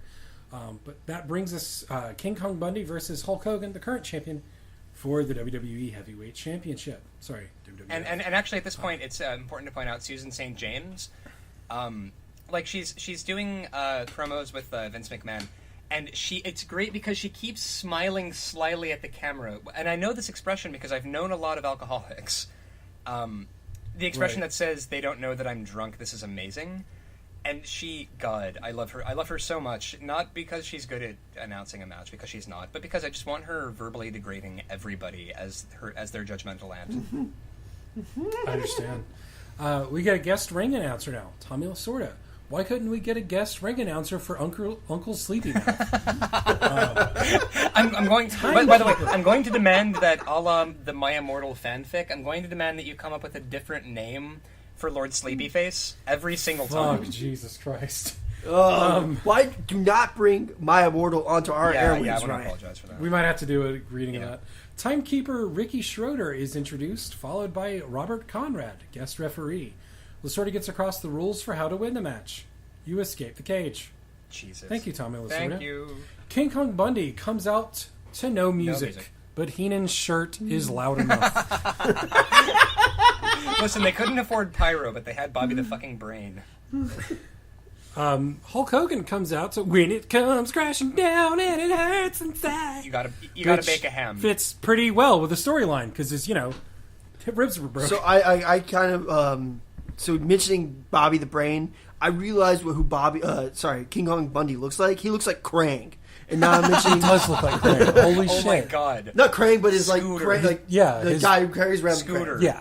I can never look at King Kong Bundy without thinking Krang. Fucking broken. Fucking ever Bobby the Brain is Krang, and King Kong Is Bundy is the the vessel. meat suit, yeah. No, and honestly, I was so irritated as King Kong Bundy came out to like no music because fucking let's push Hogan harder. That's great. Yeah, he needs a He's push. the rub. That little underdog needs He a does. push. Which I should mention, this is pretty securely in the Hulkamania era. The Hulkamania era begins about a little over a year before WrestleMania 1 when he first wins the match, the title, from the Iron Sheik. This happens on January 23rd, 1984. Literally the day after I was born. Wow. Coincidence? Fun stuff there. No. I think so. Probably. Like Hulk was just waiting, and then like my mom calls him up, and it's like, it's done, This contract is sealed. brother. Little known fact: Hogan leg dropped Martin's mom. Martin popped out. That is the weirdest fucking image. That's true. One moment, I'm going to choke Scooter here. So, giant pop for Hogan, of course, as he chews on his askew bandana. He's pointedly ignores fans trying to high-five him. Fucking God, I just hate Hogan climbs the cage, straddles it, tears his shirt off. Now, this is an iconic shot for WrestleMania. Mm-hmm. That part looks Right, ripping his awesome. shirt off on top of the cage. Alfred Hayes gets over the tagline, "This is what the world has come to." We get an exchange of lefts and rights, and a big boot from Hogan, thereby completing his move Yep, done. list. Hogan chokes Bundy's clothing. He takes Bundy's clothing and What? chokes him with it. Okay. Because he's a good guy. Yeah, clearly. Hogan uses all 6 of his maneuvers on Bundy, and then Bundy is allowed to finally get some offense. Possibly fewer moves than Hogan, but gets across the story of a hurt back when Hogan tries to body slams him. He rams Hogan's back into the cage. He rips Hogan's rib tape off. Elvira gets excited. Oh boy, they're taking off more clothes. And she's doing here what Jerry Lawler made a fucking career out of in the 90s. See, okay, I just got you mentioned that you mentioned it briefly in that little spiel. Hogan is the biggest babyface of all time with the most heel moveset, Yep. back rakes That's and a all. really good point. It's Yep. I didn't even think about that. I think he got trained as a bad guy. He was a and bad guy for a while. Oh yeah, he was a bad guy for a while. He just never bothered. No, updating he was his moveset. trained to be that would he be was work. trained to look like a Twinkie and look good, and that he God, I just hate him so much. So, as Hogan is being choked with his own athletic tape, Alfred lets us know that Hogan has a strategy. Okay. Does he say what it is? Elvira says, he can't do that, can he? Referencing the choke. Elvira has not been watching this entire fucking tape review, apparently. It's okay. It's okay. Also, neither have we. no one minded Hogan's choke. Hogan throws Bundy into the cage to a huge pop, and at no point shows that he has any sort of injury. Bundy gets busted open. Hogan adds a 7th move to his repertoire, the back rake. Ooh. And when I say a 7th move to the repertoire, a lot of times we use hyperbole here on the show. I literally counted Yeah. how many moves. The back rake is seriously the 7th maneuver. I'm including a punch and an Irish whip. And actually, I put down in my notes there is only one move in this entire match. It's body slams and attempted body slams. Hogan chokes Bundy on the ropes. Remember, good guy. Good guy. Hogan finally does something with his injury angle. Thank you, God. And falls. He fails out on a body slam. He does do a very nice fallback. Then Hogan comes back and chokes him again. As you do. Avalanche! Bundy hits a splash afterward. Hogan seizures in the ring before no selling. Jesse says, "Look at all that blood," and Elvira gets over her own angle, responding, "It's making me hungry." As a child, she was my dream woman when I saw Elvira, Mistress of the Dark on basic cable. So this really, I'm not surprised. She's my dream. Yeah, woman. still, Jesus. Elvira's hot. Oh God, she's so great. And then also I noticed during this match that Hogan, it's okay, if you're trying to go with a story, it's like he realized for a second that, wait a minute, my ribs is hurt, and then completely forgets about it after making one gesture of it. He sold it exactly once in this match. I do want Elvira to talk about my life, right? I know, right? She's fucking hilarious. Dude, and then of course she got shouted over. I wish she could have. She should have just been the commentator for everybody. She did a better job than fucking Alfred Hayes. Although without Alfred Hayes, we would not have our namesake. The travesty of justice. Another avalanche. Hogan no sales again. Follows it with a power slam because his back isn't hurt at all, and a leg drop, which Alfred calls a knee drop. Oh my God! Listen. He has knees, and he dropped this is so. The simple. knees do fall. They do. You had one job, Hayes. One job. The knee is part of the Know leg. your finish. He was just being more specific. Oh God. Hogan climbs out. He chases down Heenan. Heenan escapes back into the cage.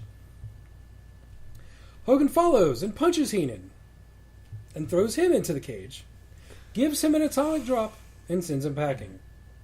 Hogan is handed his belt as Tommy Lasorda's mic is cut back on mid-speech.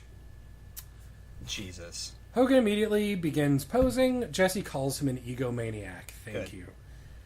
He continues posing long enough that they have to loop his music.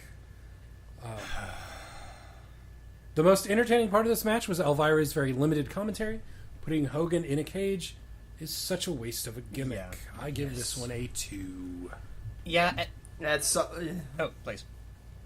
this is definitely solidly in the 2 territory for the various reasons we've already stated. Yeah, two here, and then also because, on behalf of Christ, you had a guy who had King Kong in his name, and at no point did he climb on top of the cage. He probably couldn't. Oddly enough, though, he does fall under the acrophatic trope. Yeah, like there's nothing wrong with King Kong Bunny. He's a pretty decent wrestler for his size and what he can do. And I just think that putting them in the cage was a mistake, and they should have just, I don't know, had a match. You know who should have been in the cage? Ricky the Dragon Steamboat and Hercules Hernandez. Fuck Oh, yeah. that would've- Well, you got to think though. Back in the day, the cage. This is before Hell in a Cell. The cage was supposed to end a blood Right. feud. Yeah, that And was so- supposed to be the end game match. Yeah, this was a big blowout match, and it was a blowout match for them. It was, it was vicious. There was a little bit of blood. There were a whole lot of chokes. So I mean, I get it, but still, just As far as I say 2. as far as blowout matches go, this was a long fart in a bathtub. It was In What? fact a 10-minute, 19-second where some red came out, which is not a pleasant for Yeah. Oh God. You might want to go see a doctor if red is coming out when you fart in a bathtub. If you are thinking about watching WrestleMania 2, then I would suggest you maybe watch a little bit of the first match and then immediately skip down to after the Battle Royal. Other thoughts on the pay-per-view, guys? I just feel so bad for wrestling in the 80s. I never really watched it that much because I was a 90s kid. And I don't know, I guess wrestling moves weren't really invented till 91, I imagine. Past the back. Actually, it was around the time that Dean Malenko emerged fully formed from Zeus's head. And began crafting his thousand. That's probably my favorite thing about watching WWE programming because I don't do it a lot. But when I see the agents come out and I see Dean Malenko in a suit, I'm always like, yeah, Dean Malenko. Yes. I still want to see him put somebody in an arm. Oh man, like at Battleground when I saw Jamie Noble, I was like, yes. Yeah. Although I feel like this pay-per-view perfectly perfectly summed up Vince McMahon's weird fucking proclivity for meat piles that cannot wrestle. Like that's the Battle Royal for you. That's true. God, he was just, you could just see him masturbating furiously off camera at all the big men in the ring, and it's like, here was a... Look at the mass. Although, and here's the thing, though. I say that, but WWF blew up because of Vince McMahon and Hulk Hogan. So, I mean, I can look at it now and be like, sort of the guy that goes, man, Herman's Hermits should have made it instead of the Beatles, when no one fucking knows who that is. And I can look at this and go, why didn't Junkyard Dog get a fucking push and Hulk Hogan's sunburned ass is out there flexing for 10 minutes? But maybe I'm the asshole because he was a Well, it's just the right time and the right place. I can't really explain it because it's not like. I guess we're looking at from 2000 era smarks who want work rate, and I guess the vast majority of people don't really care about that. They want to see big muscly superhero defeat the bad guys. So I guess we're just looking from a different perspective. Yeah, and it's kind of like trying to in retrospect sort of look at again Jimi Hendrix's solos and go, well, he's not Steve Vai, and well, yeah, but without Jimi Hendrix there would be no Steve Vai. And to this day you kind of see that with John Cena. People he's better than Hogan. I'm not going to try to compare. Yeah. Well, as far as work rate goes, but it's the kids want to see the big muscly guy slam the bad guy. His work rate is total dildos, but he tells a good story. Yeah, John Cena? Yeah, he tells a better story. Dude, John Cena works his ass He does. off. He works better He than Hogan. really does. John Cena is a million times better than all these fucking idiots on the internet want to get him credit for.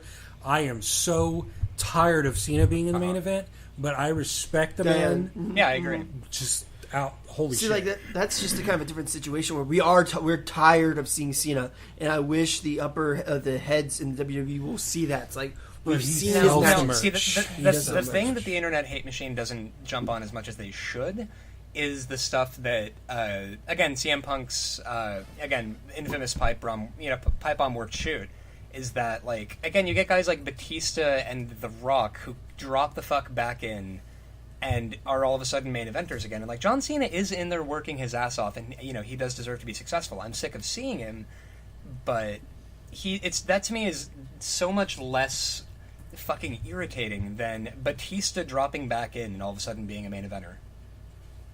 Well, I loved it. I loved how the fans chat all over that when he came back. And it's like he was like, "I'm coming back. And I'm going to win the title." And the fans were like, "No, we want Daniel Bryan." Yeah. And they eventually they were going to work for the longest time, and they eventually gave in. So it's just keep vote with your wallets, kids. Yeah. Show them who you want. Yeah, it's really the only way to do it. And honestly, it's not John Cena's fault that they've pushed him as much as they have. And I mean, he even mentioned in an interview ages ago that like he wanted to drop back to a mid-carder and come up with a better like gimmick than the one that he had, because he felt like he was kind of locked into this kind of latter-day fucking Hulk Hogan thing because he has. Yeah. Instead of prayers and eating your vitamins, it's hustle, loyalty, and respect. We do want to go ahead and take the time to thank everybody for listening to three pathetic, ugly guys discussing wrestling 28 years after the fact. Yeah. Follow us on Twitter at TOJ Podcast, on Tumblr, tojpodcast.tumblr.com, and facebook.com/TOJ Podcast. We will be back next week with our discussion on WrestleMania 3. I'm Marty. I'm Scooter. I'm Ryan. And remember, Ryan kind of wants to fuck King Kong Bundy. Little bit. Good night, everybody.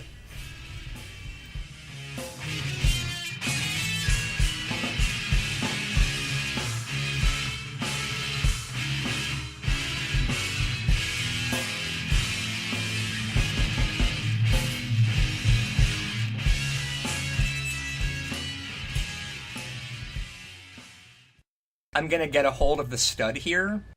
You're playing with John Studd.